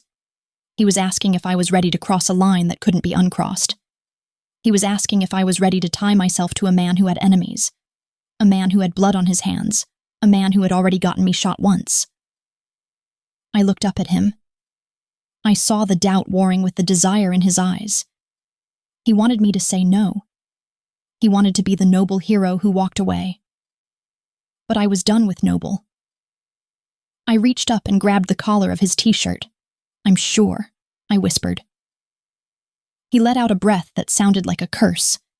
He captured my mouth in a kiss that stole the air from my lungs. It was possessive, demanding, claiming every inch of me as his territory. His hands moved to the straps of my dress. He slid them down my shoulders, his palms rough against my skin. The silk pooled at my waist. He pulled back to look at me. His gaze traced the line of my throat, the curve of my breasts. and then settled lower. On my left side. The bandage was stark white against my skin. It was a reminder of the violence of his world. Kaelen froze. The hunger in his eyes dimmed, replaced by a flash of agonizing guilt. He reached out, his fingers hovering over the gauze. "I did this," he murmured. I covered his hand with mine, pressing his palm flat against my stomach, just below the wound. "It's healing," I said. "It's a mark," he countered bitterly. "A brand. I marked you with violence before I ever touched you with kindness." "Then change it," I challenged. I arched my back slightly, bringing myself closer to him. "Touch me now. Make me forget how it happened." His eyes snapped back to mine. The fire returned, hotter than before. He moved down the bed. He kissed the hollow of my throat. He kissed the swell of my breast. And then, with a gentleness that broke my heart, he kissed the skin right at the edge of the bandage. I gasped, my fingers tangling in his dark hair. He worshipped the wound. He treated the scar like it was holy ground. His lips moved over my skin, hot and wet, replacing the memory of burning pain with a searing pleasure. He stripped the rest of the dress off me, tossing it onto the floor. Then he stood up to remove his own clothes. I watched him. I had never seen a man naked before. Not in person. Not like this. He pulled the t-shirt over his head. His torso was a map of hard muscle and ink. Tattoos swirled over his shoulders and down his arms, images of wolves, crowns, thorns. There was a scar on his shoulder, old and jagged, another on his hip. He shoved his jeans down. I swallowed hard. He was large, intimidating, beautiful. He knelt on the bed, moving over me. He settled between my legs, his weight supported on his forearms. He looked down at me, scanning my face. "You're shaking," he said softly. I was. A fine tremor was running through my limbs. It wasn't fear exactly. It was anticipation. It was the overwhelming reality that this was happening. The prince of the city was in my bed. I'm nervous, I admitted. "Don't be," he said. He leaned down and brushed his lips against my forehead. "I have you. I won't hurt you. Never again." He shifted, his hand moving between us. He touched me and I jolted. His touch was knowing, skilled. He stroked me, finding the sensitive spots I didn't know I had. I let out a broken sound, my hips lifting instinctively to meet his hand. "You are so responsive," he groaned against my neck. "So wet for me." I turned my face into the pillow to stifle a moan. The sensation was building too fast, a coil tightening low in my belly. "Kaelen," I breathed. "Please." He positioned himself at my entrance. I felt the blunt pressure of him, the heat. He looked at me one last time. "Look at me, Elara," he commanded. "I want you to see who is taking you." I opened my eyes. His gaze was intense, locking onto mine. He pushed forward slowly. I tensed. There was resistance, a sharp pinch of pain that I hadn't expected. I winced, a small gasp escaping me. Kaelen stopped instantly. He went perfectly still, his body hovering over mine. He frowned, confusion flickering in his eyes. "Elara?" I bit my lip, embarrassed. "I'm sorry, It's tight." He stared at me. He looked at my face, flushed and anxious. He looked down at where our bodies were joined. He pulled back an inch, and I let out a shaky breath of relief. The realization hit him. I saw it happen. His eyes widened, shock erasing the lust for a split second. "You've never done this," he said. It wasn't a question. I shook my head against the pillow. "No." His jaw went slack. "You're a virgin?" I felt my face burn hotter. "Is that a problem?" He stared at me like I had just spoken in a foreign language. He looked stunned. Then slowly a different kind of look took over. It was darker, heavier. A possessive growl rumbled deep in his chest. No, he said roughly. It is not a problem. He leaned down, burying his face in the crook of my neck. He inhaled deeply, as if trying to breathe me in. I thought I was stealing you, he whispered against my skin. I thought I was taking you away from a life you had already lived. But you are untouched. He lifted his head. His expression was fierce, almost terrifying in its intensity. I am your first, he said. Yes, I will be your only, he vowed. He kissed me then, and the tenor of the kiss changed. It wasn't just hungry anymore. It was reverent. It was a solemn oath. He moved again. This time he was agonizingly slow. He let me adjust to him inch by inch. He whispered praise against my lips, telling me how beautiful I was, how perfect I felt. Relax for me, sweetheart, he murmured. That's it. Take me. When he finally pushed past the barrier, I cried out. It hurt, but it was a good hurt.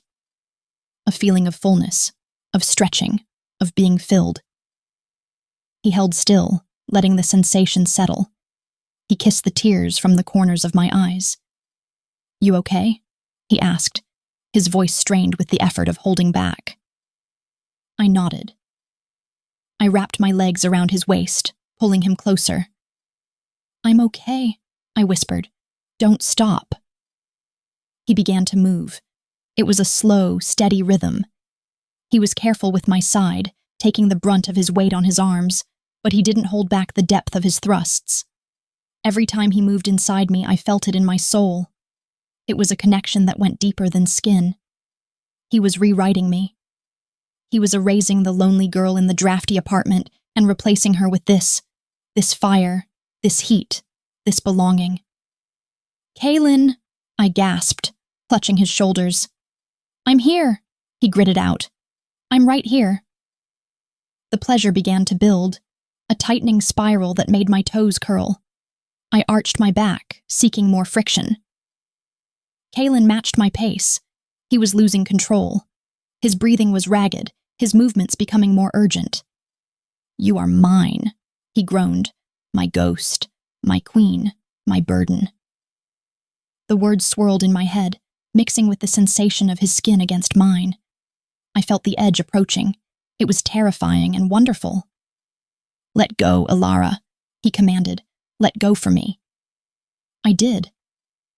The climax hit me like a wave crashing against the shore. I cried out his name, my body convulsing around him. He shouted something unintelligible, driving into me hard and fast, following me over the edge. He collapsed against me, burying his face in my hair, his body shuddering with his release.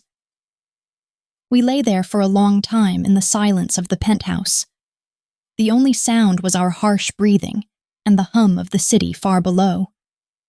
Kaelen rolled to his side, pulling me with him so I was tucked against his chest.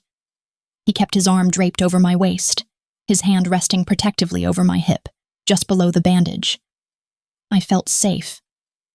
For the first time in my life, I felt completely, utterly safe. He pressed a kiss to the top of my head. I lifted my face to look at him. He looked wrecked. His hair was messy, his lips swollen, his eyes heavy with exhaustion and satisfaction. He ran a thumb over my cheekbone. I meant what I said, he told me. His voice was serious, leaving no room for argument. About being my only? I asked softly. About everything, he said. He pulled the duvet up over us, cocooning us in warmth. No more apartments, he said. No more broken locks. No more walking home in the rain. He looked me in the eye. You live here now, Elara, with me. I thought about my tiny studio. I thought about the peeling linoleum and the drafty window. I thought about the loneliness that had been my constant companion for 23 years. And then I looked at the man who had just claimed my body and my heart. The man who had watched me from the shadows because he was too afraid to touch the light, until he couldn't help himself. I didn't argue. I didn't fight him. I knew I should have made a stand for my independence, but lying here in his arms, independence felt overrated. Okay, I whispered. He kissed me again, slow and deep. "Go to sleep," he murmured. "You are safe." I closed my eyes, listening to the steady beat of his heart under my ear. I was the heir's burden. That's what he had called me. But as I drifted off to sleep, wrapped in his arms, I didn't feel like a burden. I felt like a prize. Chapter 9. Kaelen. I woke up to the feeling of weight on my chest. In my line of work, waking up restricted usually meant you were about to die. It meant someone had broken in, gotten the drop on you, and was currently sitting on your lungs with a knife to your throat. My instinct was to strike, to grab a wrist, twist, and neutralize.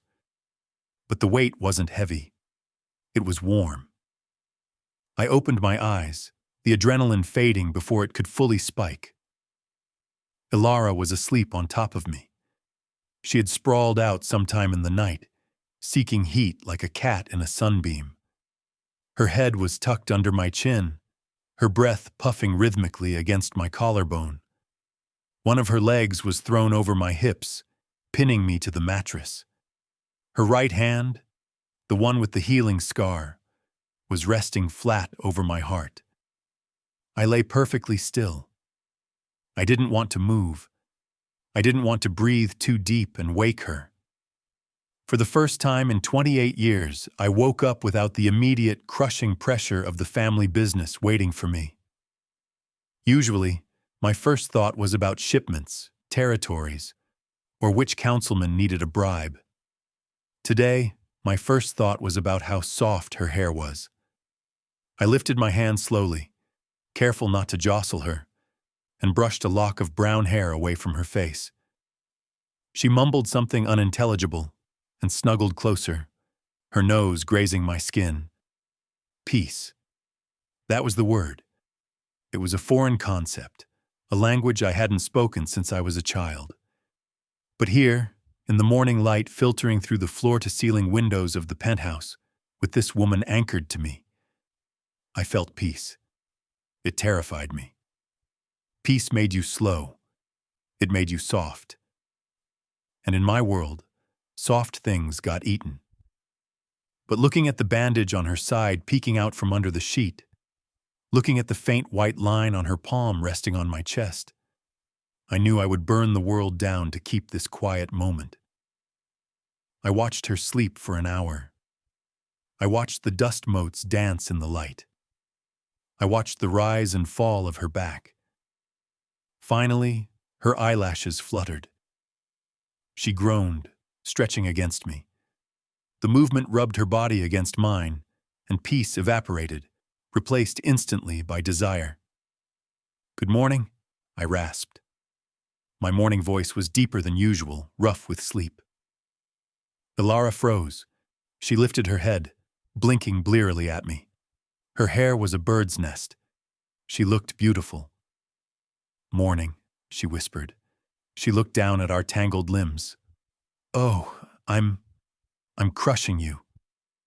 I wrapped my arm around her waist, holding her in place when she tried to roll away. "I'm not complaining," I said. She smiled, a slow, sleepy thing that hit me right in the chest. "Is it late?" she asked. "It's noon." Her eyes went wide. "Noon! Kaelen, I have to work. Mrs. Gable is going to kill me." I missed the morning rush. She scrambled to sit up, but I tightened my grip. "Relax," I said. "You aren't going to work." "I have to," she argued, pushing at my chest. "I can't just not show up. It's a bakery, not a hobby. People need bread." "They can eat toast," I said. "Kaelen." She managed to wriggle out of my grasp, sitting up on the edge of the bed. She pulled the black sheet around her, covering her nakedness.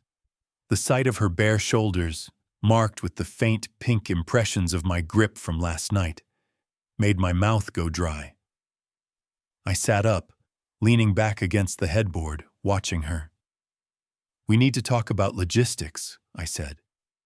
She paused, looking over her shoulder. "Logistics? That sounds romantic." "It's practical," I said. You live here now. She turned fully, clutching the sheet to her chest. We talked about this last night. I thought that was just pillow talk, adrenaline talk. I don't do pillow talk, Elara. I say what I mean. She stood up, wrapping the sheet like a toga. She began to pace the room, her bare feet silent on the plush carpet. I can't live here, Kaelen. Look at this place. It's a spaceship. It's gorgeous, yes, but it's not me. My clothes are at my apartment.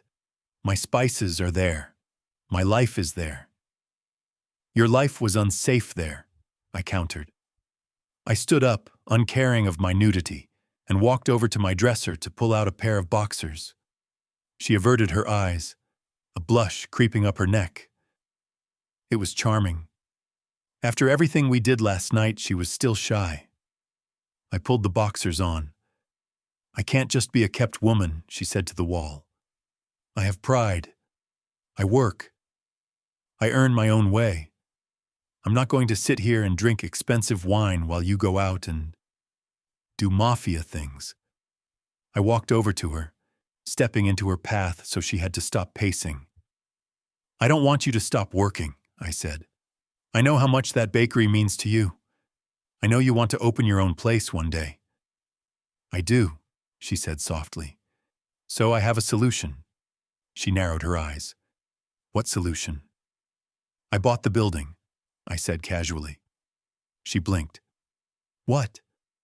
The building. The Crumb. I bought it this morning. The paperwork went through at 9:00 a.m. She stared at me, her mouth falling open. You bought the bakery? I bought the building that houses the bakery, I corrected, and the building next to it, and the one behind it. I own the block. She looked like I had just told her I bought the moon. Why? She squeaked. Because I can't secure a rental property that belongs to a slumlord, I explained. I need to control the perimeter. If I own the building, I can install blast-proof glass. I can put guards on the roof. I can secure the back alley. I reached out, taking her hands. I was careful with the right one, running my thumb over her scar. You can work, Elara. You can bake until your heart's content. But you do it in a building I control. You do it where I know you are safe. You're insane, she whispered. You are actually insane. I'm rich, I shrugged. There's a difference. She pulled her hands away, looking torn between laughing and screaming. You can't just buy real estate to win an argument, Kaelen. I just did. She threw her hands up. The sheet slipped, and she grabbed it quickly. You are a tyrant, she huffed. A controlling, overbearing, ridiculous tyrant. I stepped closer, invading her space. But, I prompted. She looked up at me. She tried to maintain her glare, but the corner of her mouth twitched. But, you're doing it because you're scared I'll get hurt again. I am terrified you'll get hurt again, I admitted, my voice dropping. I can't function when you are exposed, Elara. I can't breathe. Give me this. Let me fortify your world so I can sleep at night. She sighed, the fight draining out of her. She stepped forward, resting her forehead against my chest. Okay, she murmured. But I pay rent, I laughed. No, you don't. Kaelen. Fine, I conceded. You pay rent, $1 a month. She punched my arm lightly. Market value, you jerk. We'll negotiate later, I said, wrapping my arms around her. I leaned down to kiss her. I wanted to drag her back to bed. I wanted to spend the rest of the day exploring the body I had claimed, erasing every lingering doubt with my hands and my mouth. But the world outside the penthouse had other plans. My phone buzzed on the nightstand. It wasn't a normal text vibration. It was the specific, jarring pattern that meant only one thing. The dawn. The bubble burst. The peace shattered. I pulled back from Elara, the warmth instantly leaving my body. I walked over and picked up the phone. My office. Now. 2 words. An order. I stared at the screen, my jaw tightening. He knew. He always knew. "Everything okay?" Elara asked. She was watching me, her body tense. She sensed the shift in me. The lover was gone. The heir was back. "I have to go," I said, my voice clipped. "My father." "Is it about last night?" "Probably." I walked to the closet and started pulling on clothes. Black trousers, a fresh white shirt. I holstered my weapon, checking the clip. Elara watched me dress. She looked small, standing in the middle of the room wrapped in the sheet. "I'll be back," I said. I walked over to her. I kissed her hard, a promise and a warning. "Lock the door behind me. Don't open it for anyone but me." "I know the drill," she said quietly. I looked at her one last time, memorizing the image of her safe in my room, and then I turned and walked out the door into the lion's den. The drive to the estate was silent. I didn't take Rousseau. I drove myself, my sports car tearing up the asphalt. I needed the speed. I needed the focus. I parked in the circular drive and stormed up the steps. The guards nodded to me, their faces blank. They knew better than to speak to me when I looked like this. I walked straight to my father's study. I didn't knock. I threw the double doors open. The room smelled of cigar smoke and old leather. My father, Nikolai, was sitting behind his massive desk. He looked impeccable in a 3-piece suit, his silver hair slicked back. But he wasn't alone. Silvio, the consigliere, was standing by the window. Turned when I entered, a polite, venomous smile on his face. "You're late," Nikolai said. "I was busy," I said, walking into the room. I didn't sit. I stood in the center of the Persian rug, ready for a fight. "Busy playing house," Silvio said smoothly. "Or is it playing doctor?" I turned my cold gaze on him. "Watch your mouth, Silvio, or I will cut it out." Silvio chuckled, but it didn't reach his eyes. "We have a problem, Kaelen," my father said. He picked up a manila envelope from his desk and tossed it toward me. It slid across the polished wood, stopping at the edge. I picked it up. I opened it. Photos spilled out. My blood ran cold. They weren't photos of business meetings. They weren't photos of drug shipments. They were photos of Elara. Elara leaving her apartment building. Elara walking into the Rusty Anchor last night. Elara sitting at the bar, laughing with her friend. And then photos of me, dragging her out of the bar, kissing her in the alley, the 2 of us entering the lobby of the Spire. "These aren't from our surveillance," I said, my voice deadly calm. "No," Nikolai said. "They were sent to me this morning, by the Rossi family." I stared at the photo of Elara in the green dress. She looked beautiful. She looked exposed. "They are tracking her, Kaelen," Silvio said. "They know she is your weakness. They watched you take her to your penthouse. They know exactly where she is." I crushed the photos in my hand. "Then I will kill them," I said. "If they come near her—" "They don't have to come near her," my father shouted, slamming his hand on the desk. He stood up, his face flushing red. "You led them to her. You paraded her around the city like a trophy. You made her a target." "I protected her," I yelled back. "I took her to the safest place in the city." "You took her to your bed," Nikolai roared. And now the whole city knows that the heir to the Kovac empire is compromising himself for a waitress with a scar on her hand. She is damaged goods, Kaelen, and she is dragging you down with her. I went still. A cold, white rage settled over me. "Don't," I warned, my voice barely a whisper. "Don't you ever call her that again?" Silvio stepped forward, acting the peacemaker, though I knew he was the one pouring poison in my father's ear.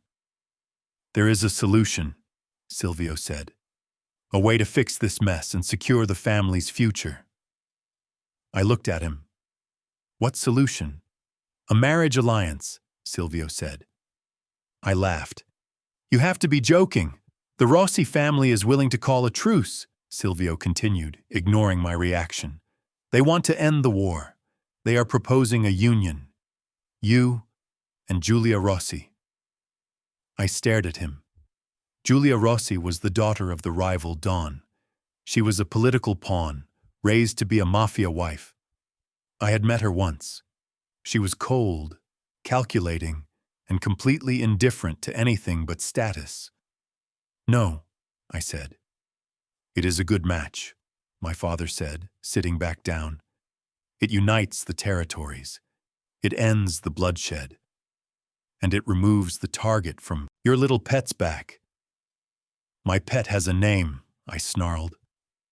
"If you marry Giulia, the Rossis will leave the girl alone," Silvio said. "She becomes irrelevant. A mistress you keep on the side, perhaps. But the wife must be Rossi." I looked at the photos in my hand. I looked at the image of Elara's face, smiling at me in the alleyway right before I kissed her. She wasn't a mistress. She wasn't a side piece. She was the air I breathed. I looked up at my father. I looked at Silvio. "No." "Kaelen, be reasonable. I said no." My voice echoed off the walls. I threw the crumpled photos onto the desk. "I am not marrying Giulia Rossi. I am not marrying anyone but the woman I choose." "You are the heir," my father shouted. "You have a duty." "My duty is to lead this family," I said, "not to sell myself like a broodmare." I walked up to the desk, placing my hands flat on the surface. I leaned in, looking my father in the eye. "Let me make something very clear," I said. My voice was low, vibrating with the promise of violence. "I choose Elara." My father looked disgusted. "You choose a baker over your blood?" "I choose the woman who makes me human," I said. "And if the Rossis touch her, if you touch her, if anyone in this city looks at her the wrong way—" I straightened up, adjusting my cuffs. "I will end the lineage," I said. "I will burn the Rossi family to ash. And if I find out that this family, my family, had anything to do with leaking her location, I will burn this house down too." My father's eyes widened. He saw it then. He saw the shift. I wasn't asking for permission. I wasn't the boy who sought his approval anymore. I was the monster he had created, and I was off the leash. "Get out of my office," Nikolai whispered. I turned on my heel. "Consider the wedding off," I threw over my shoulder. I walked out of the study past Silvio, who was watching me with narrow, calculating eyes. I knew this wasn't over. I knew I had just started a war. But as I walked back to my car, dialing Elara's number just to hear her breathe, I didn't care. They wanted a villain? Fine. I would be the villain. But I would be her villain. Chapter 10. Elara. I went back to work because I refused to be a doll kept in a glass box, even if that box was a penthouse in the sky. But things were different now. The bakery smelled the same: yeast, cinnamon, and burnt sugar. But the atmosphere had shifted. It used to be a place of chaotic noise. Mrs. Gable shouting orders, the grinder whirring, the door chiming every 30 seconds with neighborhood regulars. Now it felt controlled, sterilized. I stood behind the counter, arranging a tray of scones. I reached for a heavy sack of flour on the lower shelf. But as I bent down, a sharp, tight pull in my left side made me gasp. I froze, waiting for the spasm to pass. The wound Kaelen had accidentally given me, the graze along my ribs, had healed into a jagged pink scar. It didn't bleed anymore, but the muscle underneath was stiff. It ached when it rained. It ached when I lifted anything heavier than a gallon of milk. It was a constant physical reminder that I was mortal, and that I was involved with a man who dealt in death. I straightened up slowly, pressing my hand against my waist to massage the tension away. "You okay, Elara?" I looked up. Marco, one of the guards Kaelen had posted, was watching me from the table by the door. He was a mountain of a man who looked like he could snap a baseball bat in half, but he looked at me with genuine worry. "I'm fine," I lied, forcing a smile. "Just a little stiff." "The weather is turning." Marco nodded, turning back to watch the street. He and his partner Luca had been there for 4 hours. They sat with cold coffees, their jackets bulging slightly at the waist where their weapons were holstered. They screened every customer. They watched every car that slowed down outside. It was suffocating. It was safer, yes. Kaelen had kept his word. He bought the building. He installed tinted, bulletproof glass. He put cameras in the corners that blinked with a steady, unblinking red eye. But I missed the freedom of being nobody. The door chimed. Marco and Luca shifted instantly, hands twitching toward their waists. Then they relaxed, nodding their heads in deference. Kaelen walked in. The air in the room seemed to get heavier. He sucked up all the oxygen just by existing. He wasn't wearing his usual pristine suit. He was wearing dark jeans and a black sweater that clung to his chest. He looked less like a businessman today and more like a brawler who had tried to dress up for court.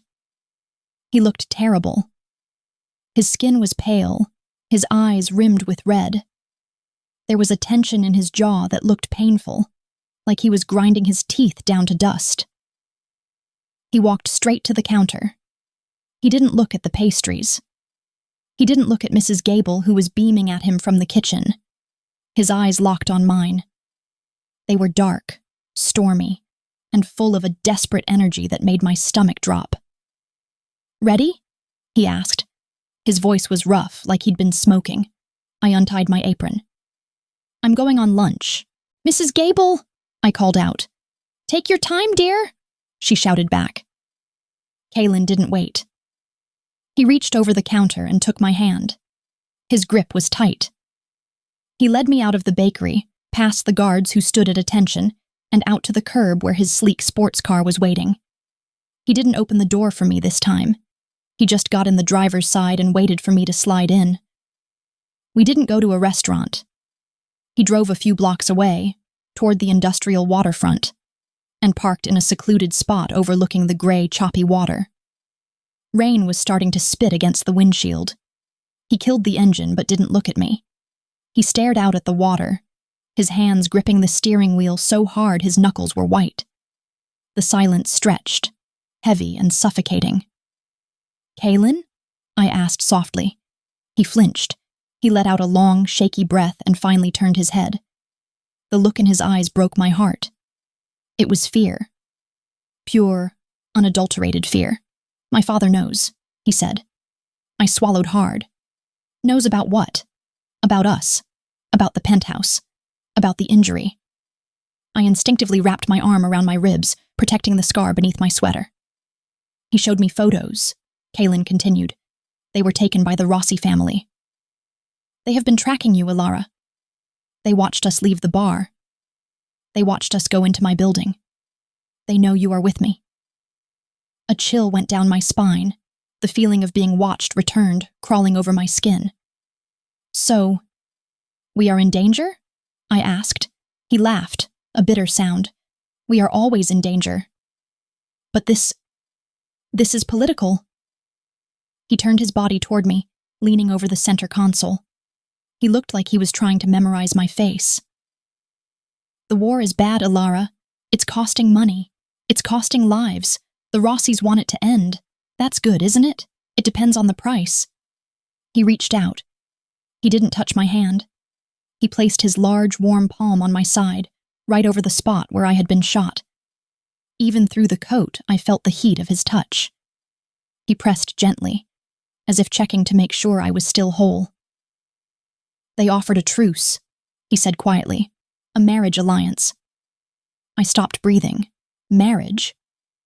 To Giulia Rossi, he said, the Don's daughter. If I marry her, the families unite.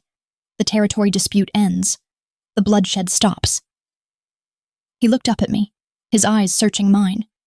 And if I marry her, you are safe. The target comes off your back. You become irrelevant to them. Just a fling I had before I did my duty. The world seemed to tilt on its axis. I looked at him. I saw the exhaustion. I saw the weight of the crown he talked about. He was being offered a way out. A way to stop the violence. A way to be the perfect heir his father wanted. All he had to give up was me. I pulled away from his touch, pressing my back against the door. I felt sick. So, are you asking for my permission? I whispered. Are you breaking up with me? His head snapped up. Fury flashed in his eyes, hot and sudden. No, he roared. The sound filled the small car. He grabbed my face between his hands, pulling me toward him. His grip was firm, almost painful. No, he repeated, his voice dropping to a fierce growl. I told them no. I told them to go to hell. I told my father I would burn the Rossi estate to the ground before I stood at an altar with anyone but you. I stared at him, my heart hammering against my ribs. You refused? I laughed in their faces, he said. But Kaelen, the war. I don't care about the war, he said. I don't care about the territory or the money or the legacy. I care about you. He leaned his forehead against mine. I could feel him shaking. But I'm scared, Elara, he confessed, his voice breaking. I'm terrified, because by choosing you, I have put you right in the center of the crosshairs. My father is furious. The Rossis will be insulted. The violence isn't going to stop. It's going to get worse. He pulled back slightly to look at me. And I'm scared you're going to leave, he whispered. I'm scared you're going to look at this mess, at the danger I bring to your life, and you're going to run. And I wouldn't blame you. I should let you run. I should put you on a plane to somewhere safe and never speak to you again. He looked so broken, so convinced that he was unlovable, that he was poison. I looked at him. I really looked at him. I saw the scar on his eyebrow from a fight he got into when he was 16. I saw the shadow of stubble on his jaw. I saw the man who had sat by my bed for 2 weeks, refusing to leave while my ribs knitted back together. The man who fortified my apartment. The man who bought a bakery building just to put bulletproof glass between me and the world. He wasn't a monster. He was just a man who had been taught that love was a weakness. I reached up. I cupped his cheek. You think I'm going to run? I asked softly. He opened his eyes. Yes. I smiled. It was a sad smile, but it was real. Kaelen, look at me. He met my gaze. You put a bullet in my side, I said. It hurt. It still hurts when I laugh too hard or when the rain comes. I know, he choked out. I'm sorry. Don't be, I said. Because it reminds me that I survived, and it reminds me that you came back for me. I moved my hand to the back of his neck, tangling my fingers in his hair. I have seen the blood, Kaelen, I said firmly. I have seen the violence. I was there when the windows blew out the first time. I know exactly what I am signing up for. I pulled him closer, until our lips were almost touching. I'm not a glass doll, I whispered. I don't break that easily. And I am certainly not going to leave you just because things are getting hard. Elara. I love you, I said. The words hung in the air between us. I had never said them out loud. I had felt them, lived them, but I hadn't said them. Kaelen stopped breathing. He stared at me like I had just handed him the keys to the universe. Say it again, he rasped. I love you, I repeated. I love the stalker. I love the prince. I love the man who puts too much cream in my coffee. A sound ripped out of his throat, half sob, half laugh. He crashed his mouth onto mine. It was a desperate kiss. It tasted of salt and relief. He kissed me like he was drowning and I was the only air left in the world. He pulled me into his lap, careless of the gear shift digging into his hip or the awkward angle in the small car. I winced as the movement pulled at my scar, but I ignored it. I wrapped my arms around him, holding him tight, anchoring him. "I love you," he murmured against my lips. "God, I love you so much it hurts." He pulled back, resting his forehead against mine again. His breathing was ragged, but the fear in his eyes was gone, replaced by a steely determination. "You chose me," he said. "I chose you." "Then I am going to fix this," he vowed. He looked out the window at the gray water, his expression hardening. The vulnerability vanished, locked away behind the armor of the air. But I knew it was still there, kept safe for me. "I am done playing defense," he said. "I am done reacting to them." "What are you going to do?" I asked, tracing the line of his collar. He looked back at me. His eyes were cold, deadly. "I promised to end the threat," he said, "and I keep my promises. The Rossies want a war? I'll give them a war. But it's going to be the last one they ever fight." He shifted me back into the passenger seat. He smoothed my hair, fixed my coat, and then gripped the steering wheel. He started the engine. The car roared to life. "I'm taking you back to the bakery," he said. "Keep the guards close. Don't leave the building until I come for you." "Where are you going?" "To find the leak," he said. "Someone told the Rossies where we were last night. Someone on the inside." He put the car in gear. "And when I find them," he said, his voice dropping to a whisper that sent shivers down my spine, "I am going to make them wish they had never heard the name Elara." Chapter 11. Kaelen. I tore my car apart. I didn't just search it. I gutted it. I ripped the custom leather seats out with a serrated knife. I dismantled the dashboard, tossing expensive German electronics onto the concrete floor of the estate garage. I checked the wheel wells, the undercarriage, the engine block. I stripped the vehicle down to a skeleton of steel and wire, sweat dripping down my back, my breath coming in short, angry bursts. Nothing. There was no tracker, no magnetic bug, no GPS relay hidden in the bumper. I stood in the wreckage of my favorite car, chest heaving. I wiped the grease from my forehead with the back of my hand, staring at the pile of debris. If there was no tracker on the car, how? How did the Rossies know exactly where we were last night? How did they get those photos of us entering the penthouse lobby? That building was a fortress. The private elevator required a key card that only I possessed, unless the tracker wasn't on the car. I froze.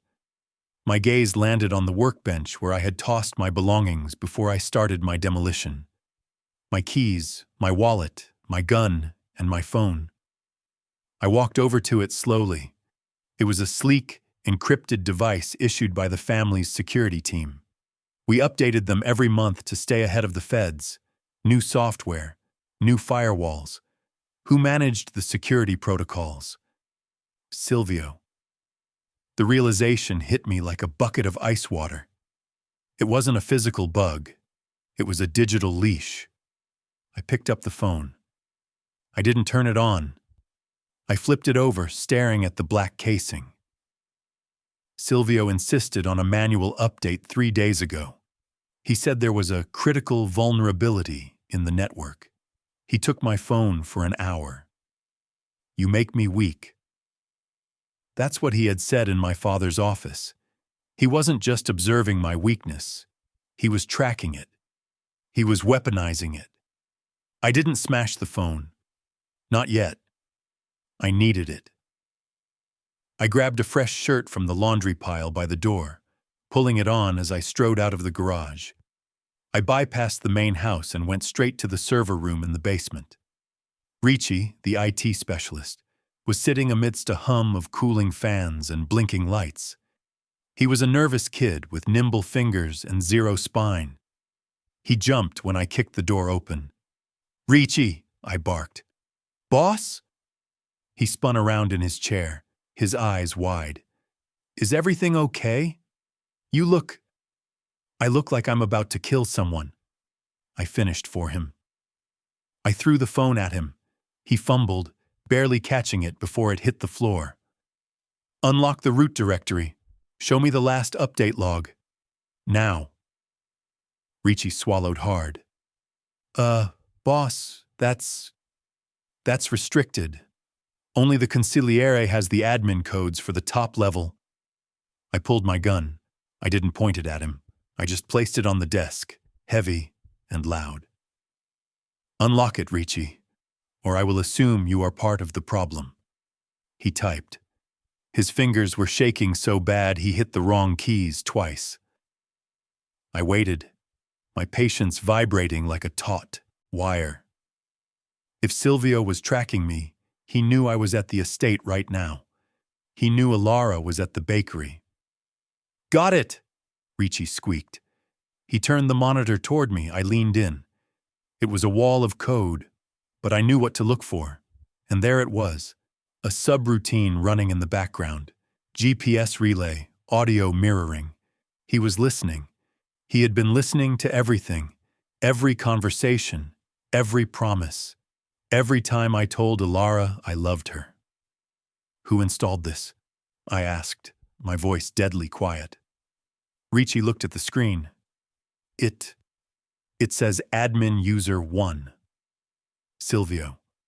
I didn't kill the kid. He was just a tool. I grabbed him by the collar of his hoodie and hauled him close. "Where is Silvio's associate? Marco, the one who runs his errands." Ricci stammered. I think he's in the West Wing security office. He was checking the perimeter sensors." I dropped him. "Stay here. If you touch a keyboard, I'll know." I moved. I didn't run. I hunted. I found Marco in the security office. He was a brute, a musclehead who did Silvio's dirty work because he enjoyed the violence. He was drinking an espresso, feet up on the desk, looking relaxed. Too relaxed. He started to stand when I walked in. "Kaelen, I didn't know you were back from—" I didn't let him finish. I didn't have time for banter. I drew my weapon and put a bullet in his kneecap. Marco screamed, collapsing to the floor, clutching his shattered leg. Blood pooled instantly on the linoleum. The cup of espresso shattered, spraying dark liquid everywhere. I kicked the gun from his hip holster and stood over him. "Where is Silvio?" I asked. Marco gasped, his face gray with shock. You shot me! You crazy—" I aimed at the other knee. "Where is he?" He left," Marco choked out. "He left an hour ago. Where did he go?" "I don't know. He said the deal was done."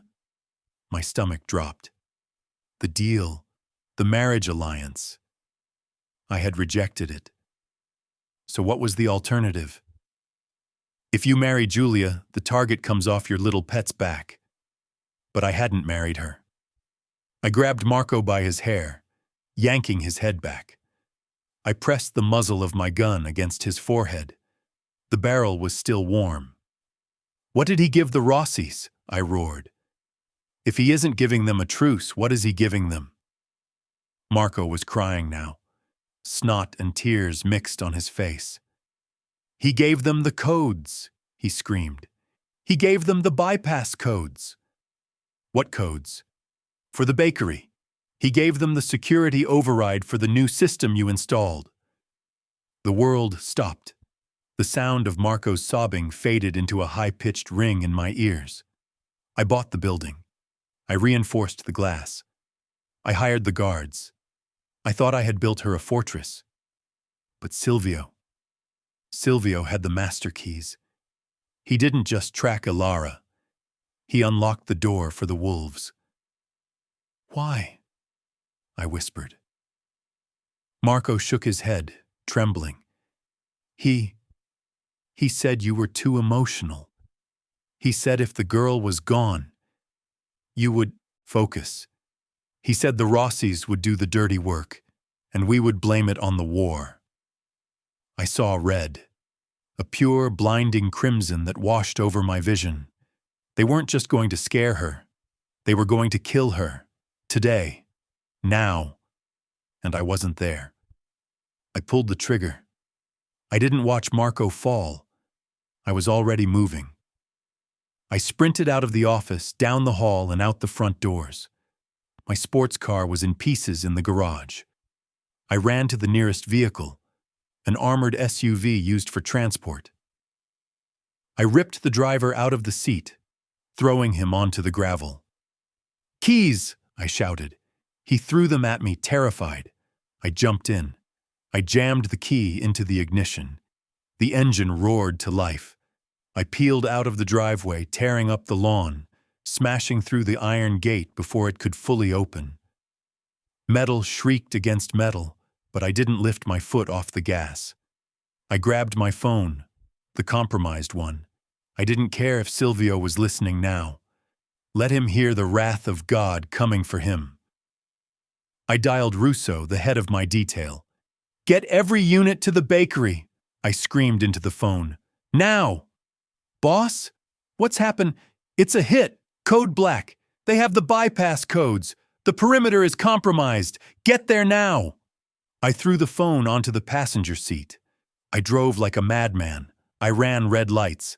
I drove on the sidewalk to get around traffic. I leaned on the horn, my hands shaking with a mixture of rage and terror that made my vision blur.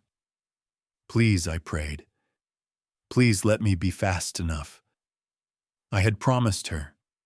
I had sat in that car 30 minutes ago and promised her she was safe. And my own family had opened the gate. I envisioned Elara. I saw her in her apron. I saw the scar on her ribs, the wound I had already caused. "I'm not a glass doll," she had said. "I don't break that easily." "Hold on," I whispered, gripping the wheel until the leather cracked. "Just hold on, Elara." I reached for the radio, tuning it to the police scanner. Static. Then, a voice. "Shots fired. 400 block of 4th Street. Vehicle ramming reported. Multiple shooters. Officer down." 4th Street. The bakery. It had already started. I slammed my foot to the floor, pushing the heavy SUV to its limit. The engine whined in protest. I wasn't the prince anymore. I wasn't the heir. I was a man watching his world burn, racing to save the only thing that mattered from the ashes. Burn it, I thought, my eyes fixed on the horizon where smoke was starting to rise. If they touched her, if they hurt her again, I would burn everything in my path. Chapter 12. Elara. The smell of rising dough usually calmed me. It was a scent of patience, of slow growth, of things becoming what they were meant to be. I stood in the center of the newly renovated kitchen, wiping flour off the stainless steel counter with my left hand. My right hand moved automatically to my side, pressing against the thick sweater I wore. It was raining outside, a gray, miserable drizzle that slicked the streets of Viridia Bay, and the drop in pressure was making the scar on my ribs ache. It was a phantom throb, a deep, tight pulling sensation where the bullet had grazed me months ago. It wasn't sharp pain anymore, just a dull, persistent reminder that I was mortal, and that I belonged to a man who lived in the crosshairs. "You okay, Elara?" I looked up. Marco, the senior guard Kaelen had posted inside the shop, was watching me from the doorway connecting the front of the house to the kitchen. He was a bear of a man, wide-shouldered and scarred, holding a half-eaten bagel in one hand and keeping the other near the holster under his jacket. "I'm fine," I said, forcing a smile. "Just the weather. My side gets cranky when it rains." He nodded sympathetically. "My knee is the same way. Took a pipe to it back in 2008. Never lets me forget a storm is coming." I turned back to the industrial mixer. It was a beast of a machine, gleaming chrome and digital displays. Kaelen had replaced everything. The oven, the proofer, the floors. He had fortified the walls, installed bulletproof glass that was tinted just enough to obscure the view from the street, and put in a security system that rivaled the Federal Reserve. I felt safe here. Or I had let myself feel safe. I walked over to the back door to check the delivery log for the flour shipment. Beep, beep, beep. It wasn't the oven timer. It wasn't the coffee machine. It was a sharp, descending tone coming from the main security panel mounted by the delivery entrance. I froze. I knew that sound. Kaelen had drilled me on the system protocols until I could recite them in my sleep. That tone meant the perimeter was disarmed. I looked at the panel. The comforting green light that usually hummed next to the armed status flickered and died. It was replaced instantly by a steady, unblinking red light. "Marco?" I called out, my voice trembling. Marco was already moving. He dropped the bagel on the floor, his hand flying to his weapon. He tapped the earpiece he wore. "Base, this is Alpha 1. The system just cycled down. Did we authorize a reset?" Silence. Then a burst of static. "Base, report!" Marco shouted. He looked at the front window, then back at me. His face, usually impassive, had gone pale. "Elara, get to the back!" he roared. "Now!" He didn't have to tell me twice. The instinct that Kaelen had tried so hard to instill in me, the survival instinct that had been dormant since the night at the penthouse, kicked in hard. But we were too late. A mechanical, whirring sound echoed from the street. I looked past Marco, through the open doorway to the front of the shop. The heavy steel bollards, the thick posts Kaelen had installed on the sidewalk, specifically to stop vehicles from crashing into the building, were retracting into the ground. Someone had lowered the gates. "Get down!" Marco screamed, raising his weapon toward the glass. The front of the bakery exploded. It wasn't gunfire. It was a blunt force trauma. A heavy black van smashed through the glass front of the shop, unimpeded by the safety posts. The reinforced pane, which should have held against bullets, shattered under the sheer tonnage of the vehicle. The van tore through the display cases, sending muffins, croissants, and glass shards flying in a deadly shower. The sound was deafening, metal screaming against metal, the roar of an engine revving. The building shook like it had been hit by an earthquake. I screamed, dropping to the floor and scrambling backward on my hands and knees. Marco opened fire. The crack, crack, crack of his handgun was deafening in the enclosed space. The back doors of the van flew open. Men spilled out. They weren't wearing masks. They were wearing tactical gear, heavy vests, and carrying rifles that looked like they belonged in a war zone. They opened fire immediately. Marco jerked back as bullets slammed into his chest. His vest held the first two, but the sheer force knocked him off his feet. He fell behind the counter, shouting into his radio for backup that I knew wasn't coming fast enough. "Move, Elara, move!" he yelled, firing blindly over the counter. I didn't watch. I couldn't watch. I scrambled on my hands and knees toward the dry storage room. My side screamed in protest, the scar tissue pulling tight as I crawled, but I ignored it. I clawed my way forward, my breath coming in short, terrified gasps. Bullets chewed up the drywall above my head, sending plaster dust raining down into my hair. The noise was overwhelming. It was a chaotic symphony of violence. I reached the heavy steel door of the dry storage room. I grabbed the handle, threw it open, and practically fell inside. I kicked the door shut behind me and threw the deadbolt. I collapsed against the sacks of 50-pound flour, my chest heaving. It was dark in here. The only light came from the crack under the door. I could hear the shouting outside. I could hear the heavy thud of boots on the tile. "Where is she?" a voice yelled. "Find the bitch!" I clamped a hand over my mouth to stifle the sob clawing its way up my throat. They were looking for me. This wasn't a robbery. This wasn't a warning. This was an execution. I curled into a ball, pulling my knees to my chest. I clutched my side, my fingers digging into the scar through my sweater, as if I could hold myself together by sheer force of will. "I promised you were safe." Kaelen's voice echoed in my mind. He had promised. He had done everything right. He had bought the building. He had reinforced the walls, but someone had opened the door. I fumbled in the pocket of my apron.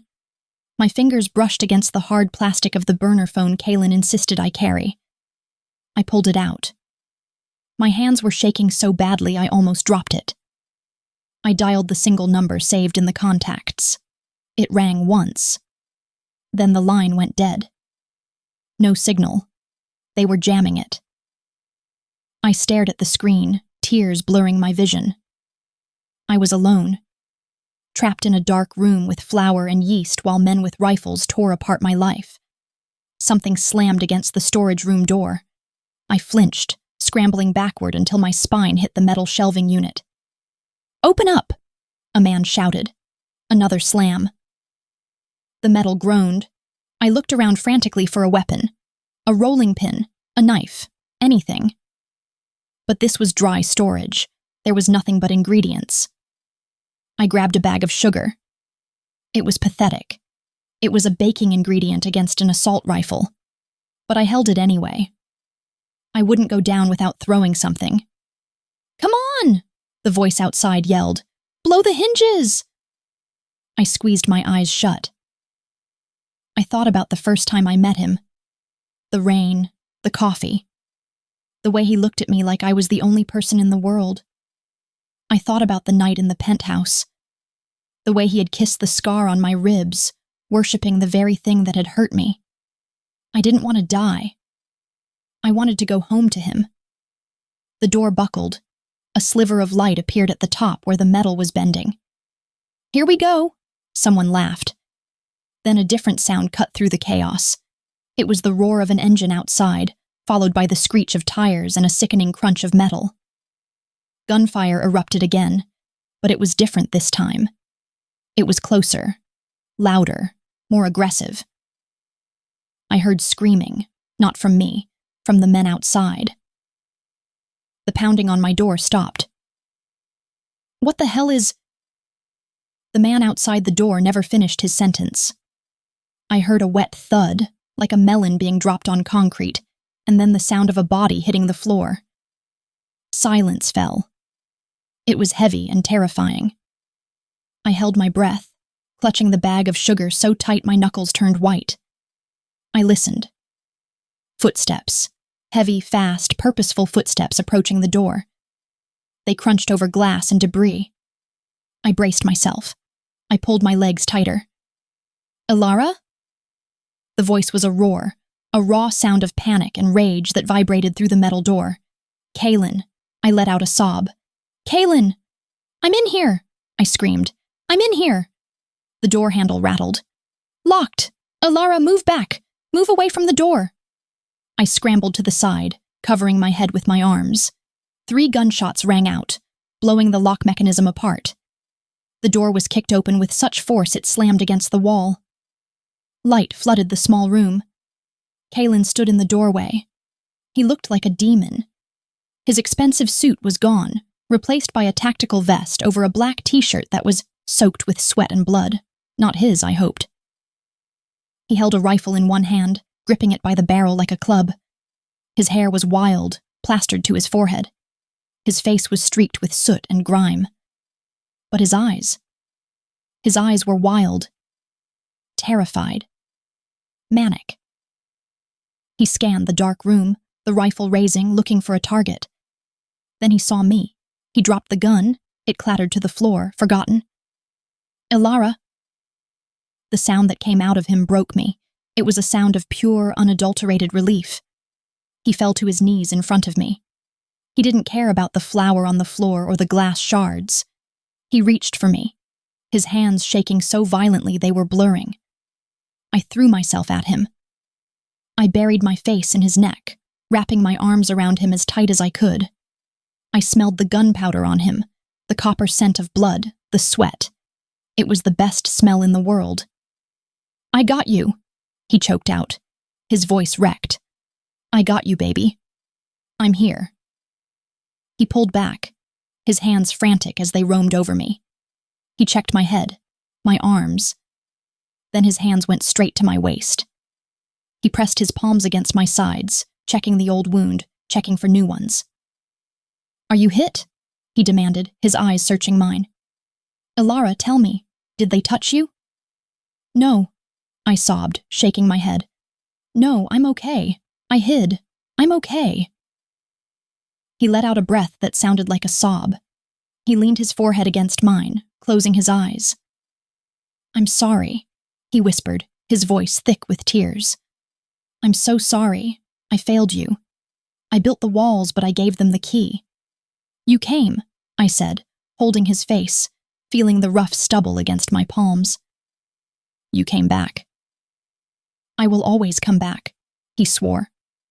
"I will burn the world down to come back to you." He stood up, pulling me with him.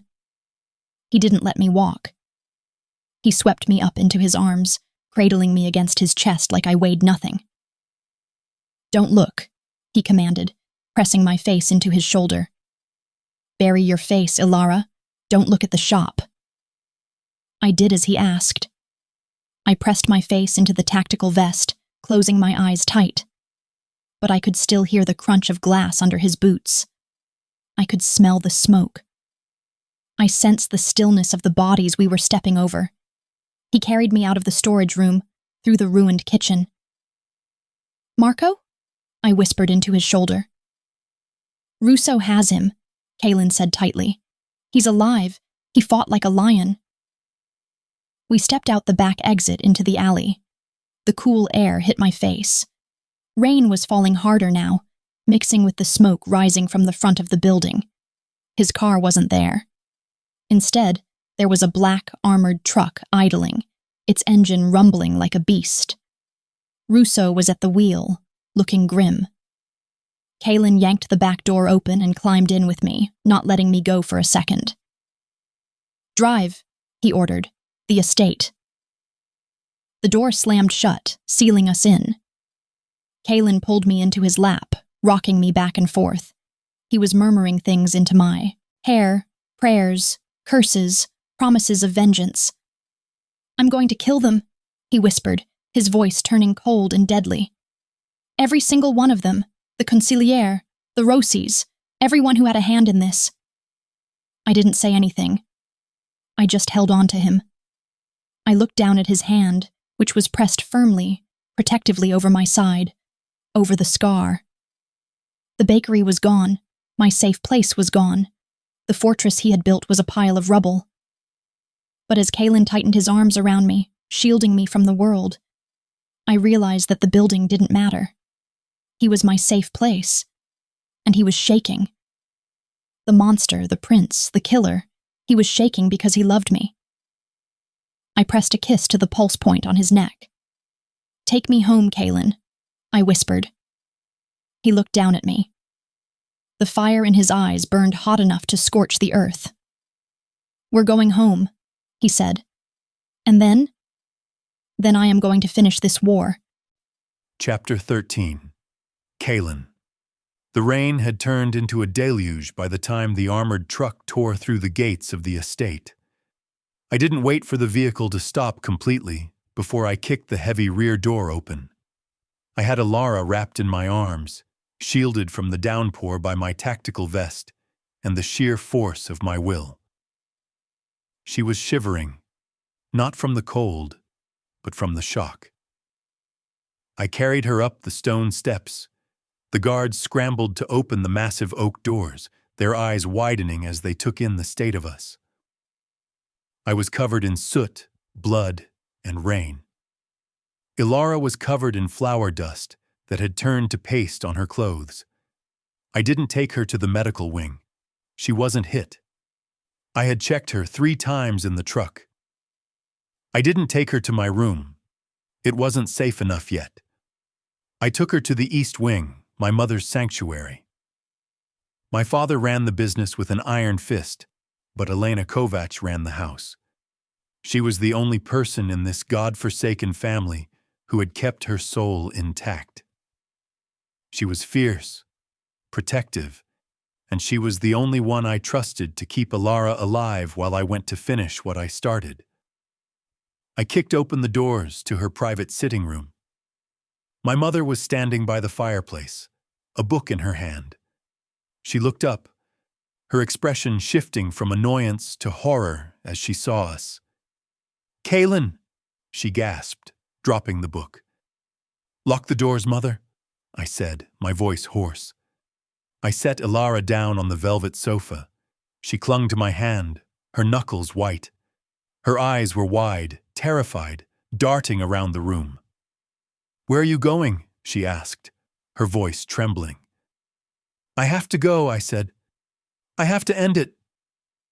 "No," she pleaded, trying to pull me back. "Stay. Please, just stay. You're hurt." "I'm not hurt," I said. "This isn't my blood." I knelt in front of her. I took her face in my hands. I used my thumbs to wipe away a smudge of wet flour on her cheek. "If I stay, they will keep coming," I said intensely. "They will come for you again. And next time, I might be too late. I can't live with that chance, Elara. I won't." I kissed her.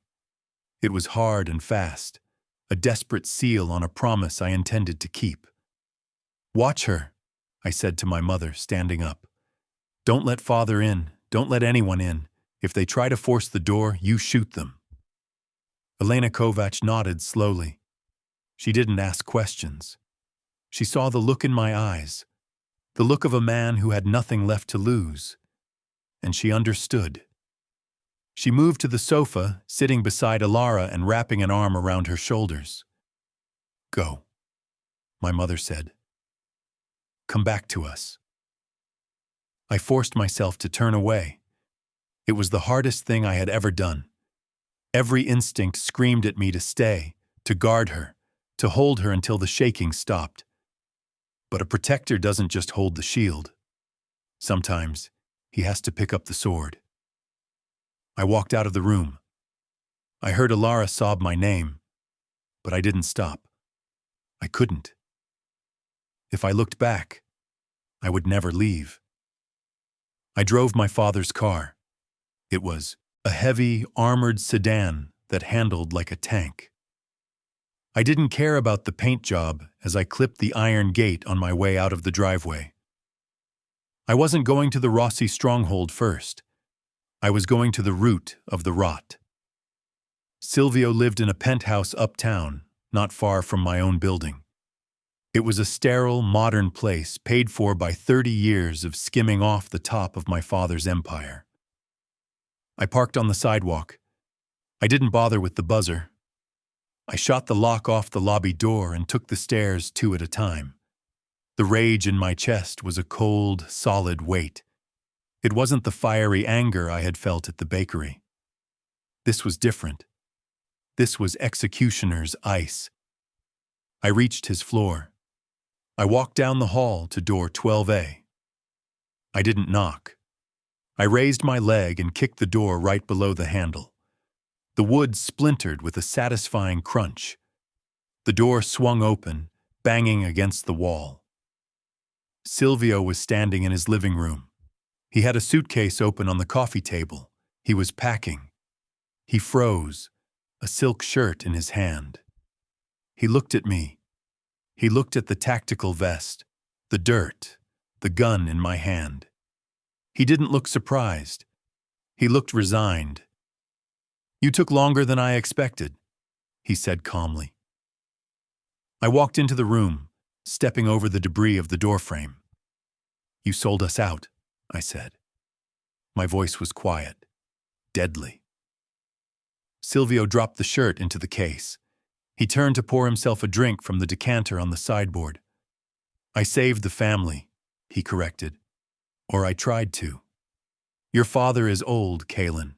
He is sentimental. And you are unstable." He took a sip of the scotch, grimacing. "A leader cannot be compromised by emotion," he lectured. "You let a girl, a nobody, dictate your moves. You bought real estate to protect her. You started a war to keep her. You are weak." I watched him. I watched the arrogance that dripped off him like oil.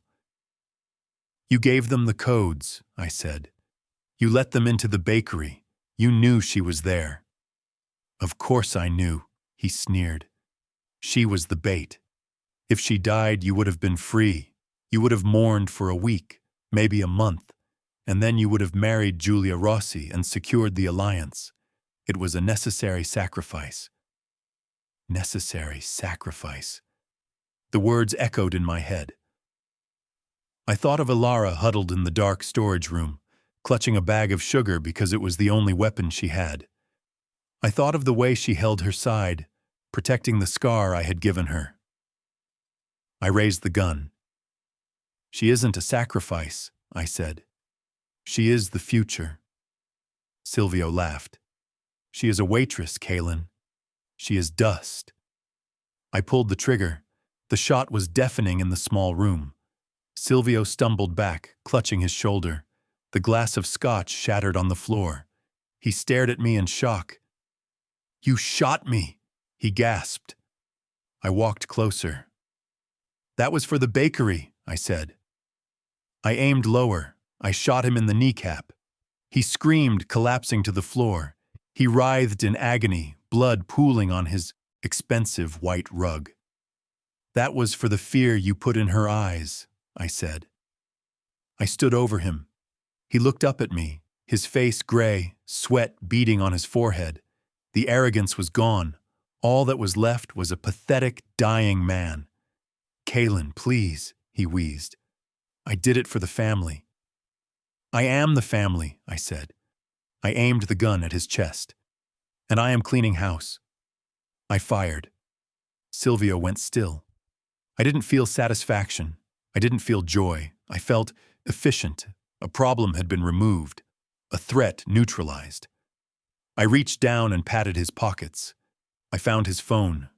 It was sleek, encrypted, the device he used to sell my secrets. I pocketed it. I turned and walked out of the apartment, leaving the door hanging off its hinges. One down. The drive to the Rossi estate took 20 minutes. I spent the time rehearsing the lie. It had to be perfect. It had to be convincing. The Rossi family lived in a compound on the north side of the city. It was a fortress, surrounded by high walls and armed guards. I pulled the battered sedan up to the main gate. The guards aimed their rifles at the windshield. I stepped out of the car. I held my hands up, palms open. I was unarmed. I had left my gun on the passenger seat. I want to speak to Don Rossi, I shouted over the sound of the rain. The guards exchanged looks. One of them spoke into a radio. Minutes passed. The rain soaked through my t-shirt, washing away the dust from the bakery. I stood there, unmoving. I was a target. They could have dropped me right there. But curiosity is a powerful thing, and they knew who I was. The gate buzzed and began to slide open. A black limo drove out, stopping 10 feet from me. The window rolled down. Vincenzo Rossi sat in the back. He was a contemporary of my father, a man who respected the old ways. He looked at me with suspicion. You have nerve coming here, Kovac, he said. After the mess your boy made of my soldiers today. Your soldiers attacked a bakery, I said. They attacked a civilian business. They attacked a military target, he countered. Your consigliere assured us it was a command post. I reached into my pocket. The guards tensed, fingers tightening on triggers. I pulled out Silvio's phone. Silvio lied, I said. I tossed the phone. It clattered onto the pavement near the limo. Check the messages, I said. Check the logs. He played us both. He wanted a war so he could oust my father and install a puppet. He sent your men into a meat grinder to weaken you, and he sent me after them to weaken us. Rossi looked at the phone, then back at me. And where is Silvio now? Dead, I said. Rossi hummed. He opened the car door and stepped out. He was a small man, but he carried himself with weight. So you cleaned your house, he said.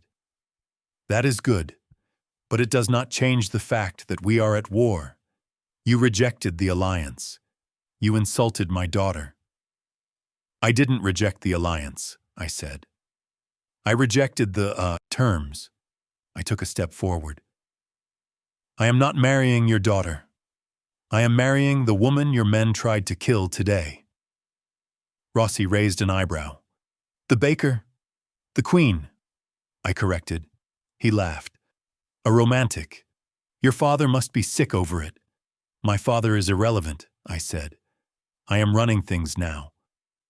And why should I care? Rossi asked. Why should I not kill you right now and take the city for myself? Because, I said, keeping my voice steady, my face completely devoid of fear. Because if you kill me, you die too. Rossi frowned. He looked around. You are unarmed. You are alone. I reached into my other pocket. I pulled out a small black device. It was a garage door opener I had swiped from the sedan's visor. It had a single red button. I held it up. My men have been busy while we were fighting at the bakery, I lied. While your soldiers were distracted, my demolition team accessed your perimeter. Rossi stiffened. The foundation of this house is rigged, I said. 200 pounds of C4. It is wired to this remote. It is a dead man's switch. If my heart stops, the signal cuts, and you go boom. If I press this button, you go boom. I stepped closer, until I was face to face with the rival Don. I looked into his eyes. I let him see the madness there.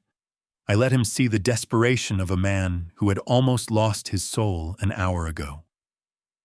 I have nothing left to lose, Rossi, I whispered. You touched her. You threatened her. I am ready to die today. Are you? The rain dripped off the remote in my hand. Rossi stared at me. He looked for the lie. He looked for the bluff. But he didn't see a bluff. He saw a man who had driven through a war zone to save a girl. He saw a man who had executed his own advisor. He saw a man who was crazy enough to do it. He swallowed. He looked back at his mansion, at his guards, at his life. Fear flickered in his eyes. He believed me. Okay, he said softly. He held up a hand, signaling his guards to stand down. Okay, Kovac, you made your point. I want a truce, I said. A real one. No marriage. We stick to the old borders. You stay out of the north. I stay out of the south. And if anyone comes near my wife, the deal is off, and the bombs go off. Rossi nodded slowly. Agreed. Shake on it. He hesitated, then reached out. We shook hands in the rain. His grip was damp, nervous. Mine was iron. I stepped back. I kept the remote held high.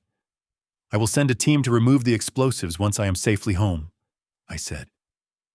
Generous of you, Rossi muttered. I walked backward to my car. I didn't turn my back on them. I kept the remote visible until I was inside the sedan. I started the engine.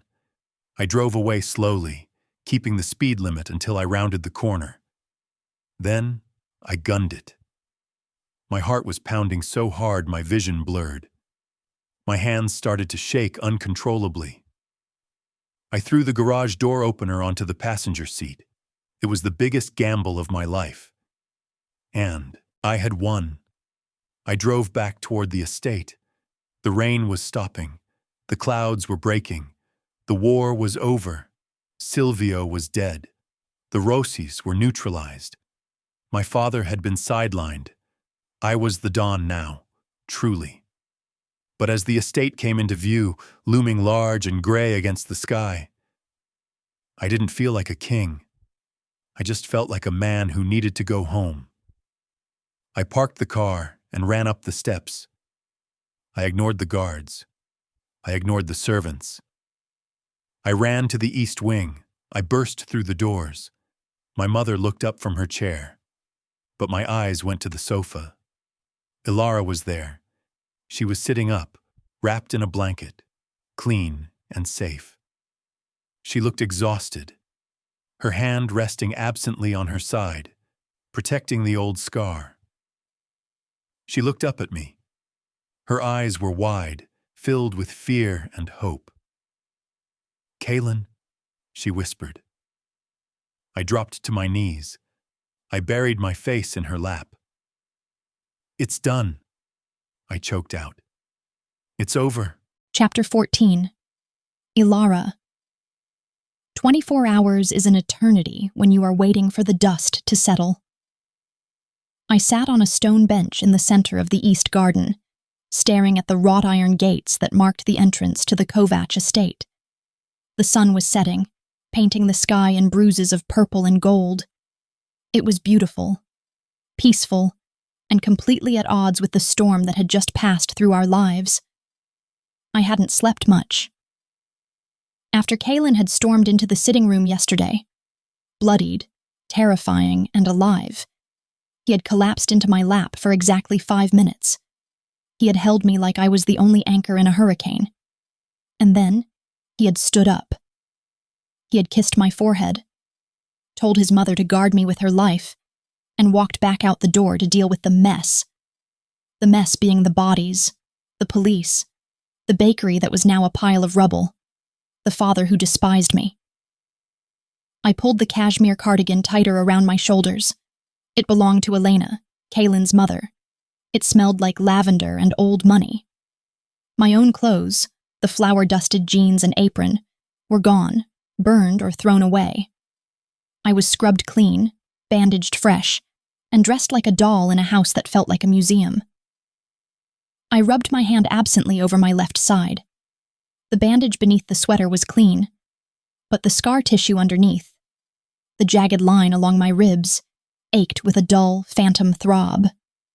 It was a reminder that no matter how pretty the clothes were, the body underneath had survived violence.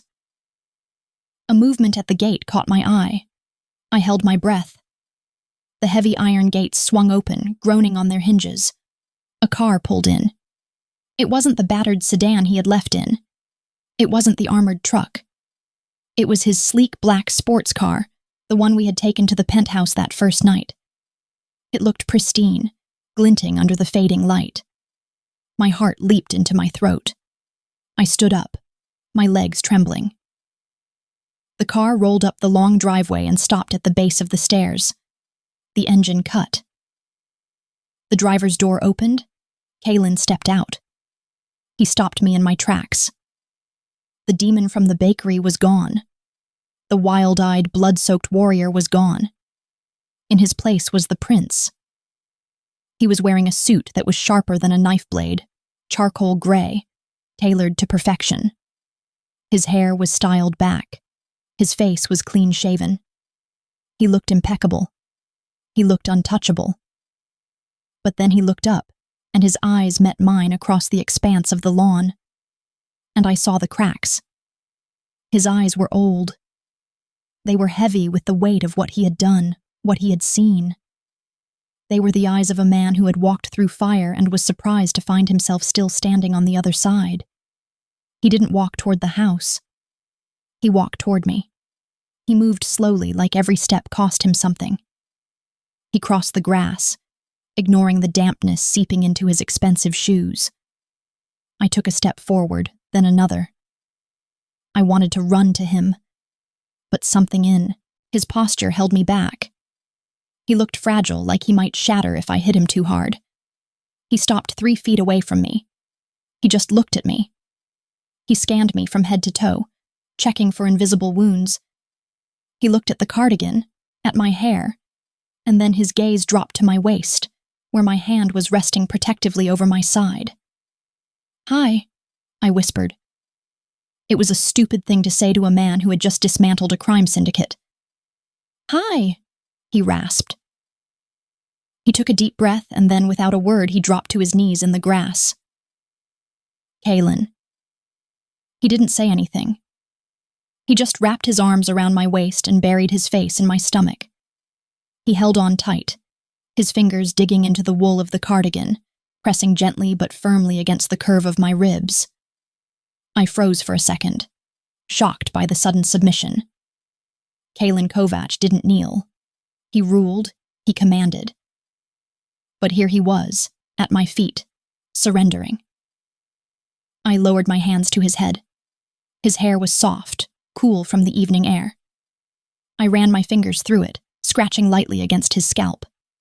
I felt a shudder run through him. "You came back," I said softly. "I told you I would," he mumbled into the fabric. I waited. I let him breathe. I let him take whatever comfort he needed from my presence. After a long minute, he pulled back. He looked up at me, his eyes red-rimmed. "It's done, Elara," he said. "It's all done." "The war?" "Finished. Rossi signed the treaty. He knows if he breaks it, I will end him." "And your father?" I asked, the fear spiking again. Kaelen's expression hardened. A shadow passed over his face. "My father has retired," he said carefully. "He is going to spend the rest of his days at our villa in Tuscany. He decided the stress of leadership was too much for his heart." I understood. It wasn't a retirement. It was an exile. Kaelen had taken the throne. "You're the Don now," I whispered. He winced at the title. "I am the head of the family," he corrected, "but I am not him. I am not running this the way he did. No more drug wars, no more trafficking. We are legitimizing. We are going clean." He stood up, towering over me again. He took my hands in his. He held them carefully, like they were made of porcelain. "I traded the crown for you," he said intensely. "I told the family I would lead, but only on my terms. And my terms are simple. No more senseless violence. No more putting innocents in the crossfire." He reached out and placed his hand on my side, his palm warm against the lingering ache of the scar. "I almost lost you," he said, his voice breaking. "When I saw that van hit the glass, when I saw you huddled in that room, I thought I had killed you. You saved me," I reminded him. "I put you there," he countered. He let go of me and reached into his jacket pocket. I watched him. My heart was hammering a frantic rhythm against my ribs. He pulled out a small velvet box. It was black, worn at the corners, antique. He didn't open it immediately. He just held it in his palm, staring at it. "This belonged to my grandmother," he said quietly. "She was the only Kovac who ever died in her sleep. She was kind. She hated the business, but she loved my grandfather. She used to tell me that love was the only thing that could survive in the dark." He looked at me. "I have spent my whole life in the dark, Elara. I thought that was where I belonged. I thought I was a monster who deserved to be alone." He took a step closer. "But then I saw you dancing in a bakery at midnight, and for the first time I wanted to step into the light." He opened the box. I gasped. It wasn't a diamond solitaire. It was a ruby, dark and deep as blood, surrounded by a halo of small, intricate diamonds. It was set in heavy gold. It looked old. It looked like history. It looked like a burden and a promise all rolled into one. "It's beautiful," I whispered. "It's heavy," he warned. "Wearing this ring, it means carrying my name. It means carrying my past. It means people will look at you and see the Kovac queen. They will judge you. They might even fear you." He looked me dead in the eye. "It is a burden, Elara, and I have no right to ask you to carry it." He took my left hand. He stroked his thumb over my knuckles. "But I'm selfish," he said.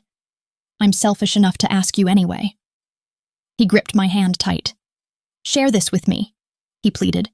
"Share the burden, share the life. Be my partner, be my conscience, be the one thing I come home to that makes me feel like a man instead of a weapon. Marry me, Elara." I looked at the ring. I thought about the apartment with the drafty window. I thought about the loneliness that used to eat me alive. I thought about the scar on my ribs, the physical mark of his world on my body. I looked at Kaelen. I saw the fear in his eyes. He thought I was going to say no. He thought this was the moment sanity would kick in. and I would run for the hills. But he didn't understand. He wasn't the only one who had been lonely. He wasn't the only one who had been looking for a place to belong. He was my safe place. He was my home. I reached up and grabbed his lapels, pulling him down to my level. "Yes," I said. He blinked. "Yes?" "Yes, you idiot. Yes." He let out a sound that was half laugh, half sob. He slid the ring onto my finger. It fit perfectly. Then he swept me up into his arms, spinning me around. My feet left the grass. I clung to him, laughing, crying, burying my face in his neck. He set me down but didn't let go. He kissed me. It wasn't like the kiss in the alley, desperate and angry. It wasn't like the kiss in the penthouse, hungry and possessive. It was a kiss of pure joy. It was sweet and slow and full of promise. "You're crazy," he murmured against my lips. "You are absolutely crazy for saying yes." "Probably," I agreed, smoothing the lapel of his suit. "But you're stuck with me now." He rested his forehead against mine. "Forever," he vowed. He looked over my shoulder at the massive, imposing house looming behind us. The estate. Our home. "It's going to be hard," he said. "Changing things, going legit. There will be pushback." "I know. People will talk. Let them talk." He looked back at me, a smirk tugging at the corner of his mouth. The old Kaelen, the arrogant, charming prince, was peeking through the exhaustion. "You know I'm going to be unbearable, right?" he said. "I'm going to put security on you like the president. You won't be able to sneeze without a bodyguard handing you a tissue." I rolled my eyes. I expected nothing less, but I have conditions. "Oh?" He raised an eyebrow. "Negotiating already?" "The bakery," I said. "I want to rebuild it. But this time no hidden codes, no back doors, and I hire the staff." He nodded immediately. "Done. Whatever you want." "And," I added, poking him in the chest, "you have to stop watching me from the car." He froze. "You have to come inside, Kaelen. You have to sit at a table and drink your coffee like a normal person. No more lurking in the shadows." He looked at me with such fierce love it almost knocked the wind out of me. "I don't want the shadows anymore," he whispered. He wrapped his arm around my waist, his hand resting comfortably, permanently against my side. "I just want you."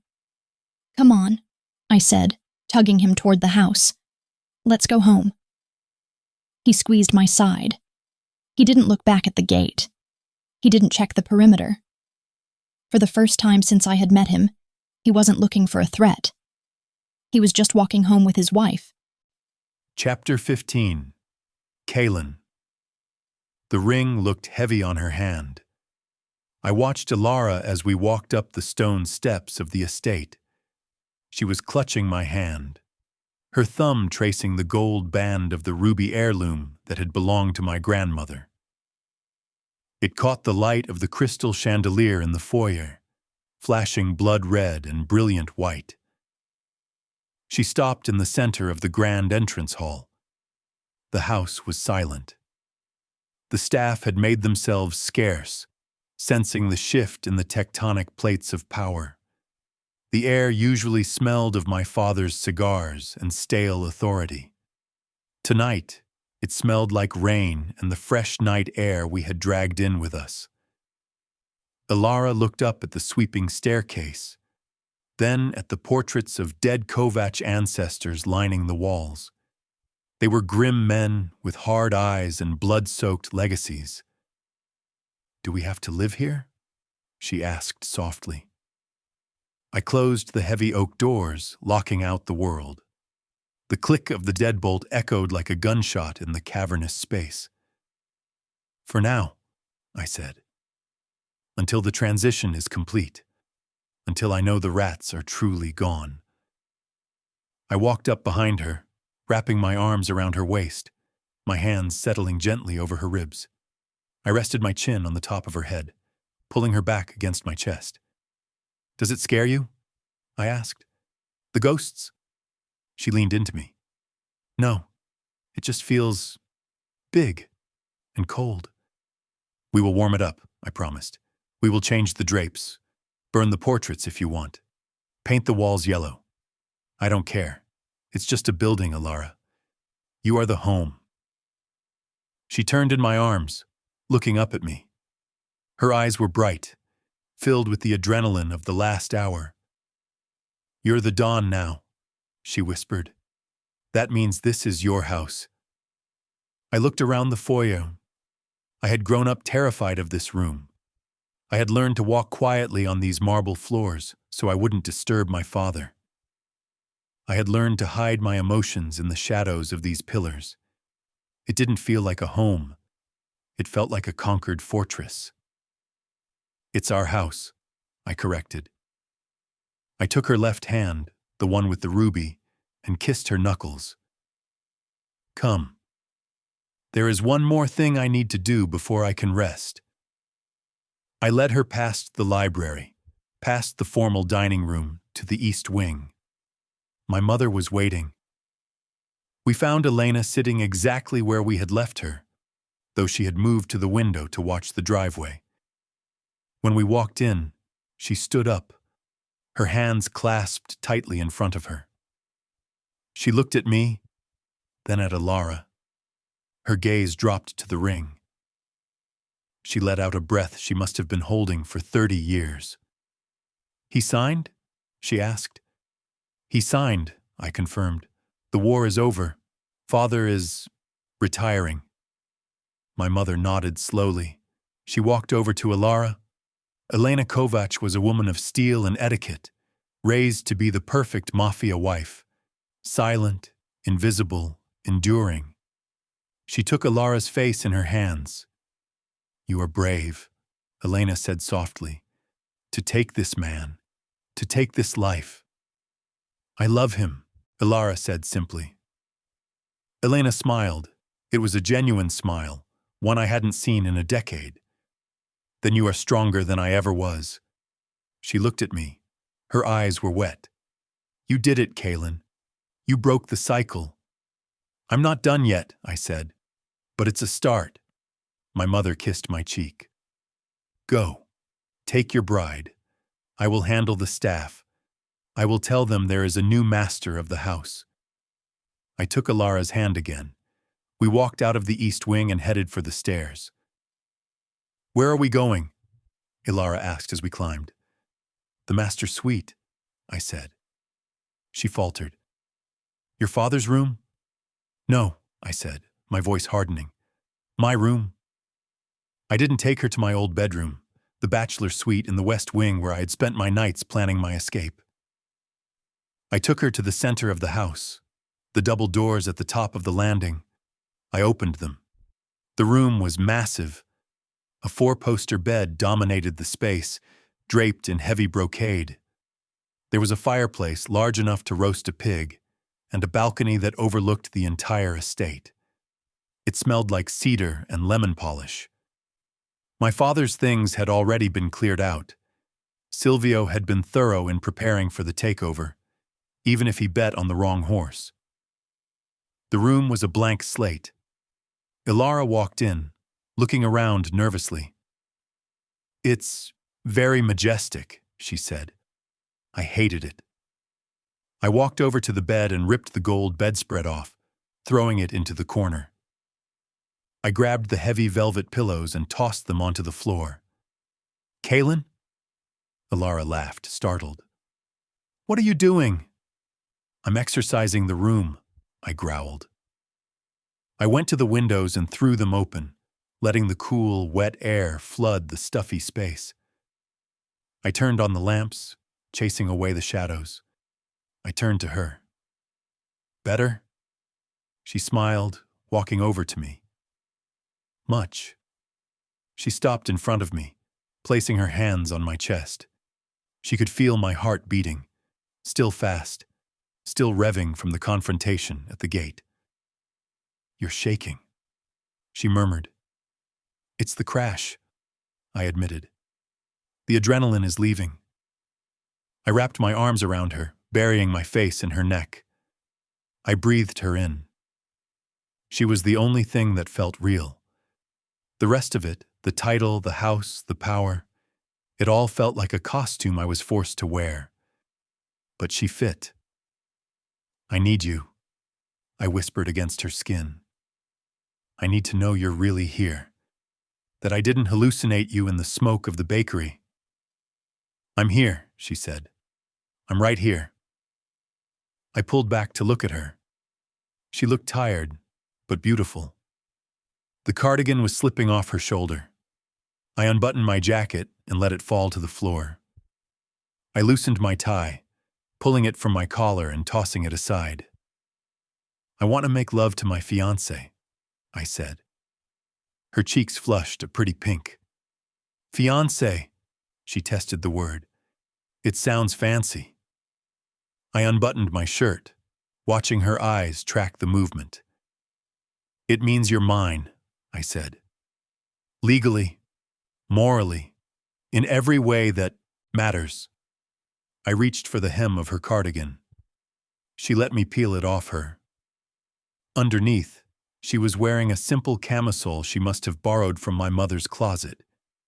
It was silk, delicate. I ran my hands up her bare arms. I traced the line of her collarbone. I let my hands drift down. I skimmed her waist, my fingers finding the ridge of the scar through the thin silk. "Does it hurt?" I asked, the familiar refrain. "Not right now," she whispered. I led her to the bed, the stripped-down, messy bed that finally looked lived in.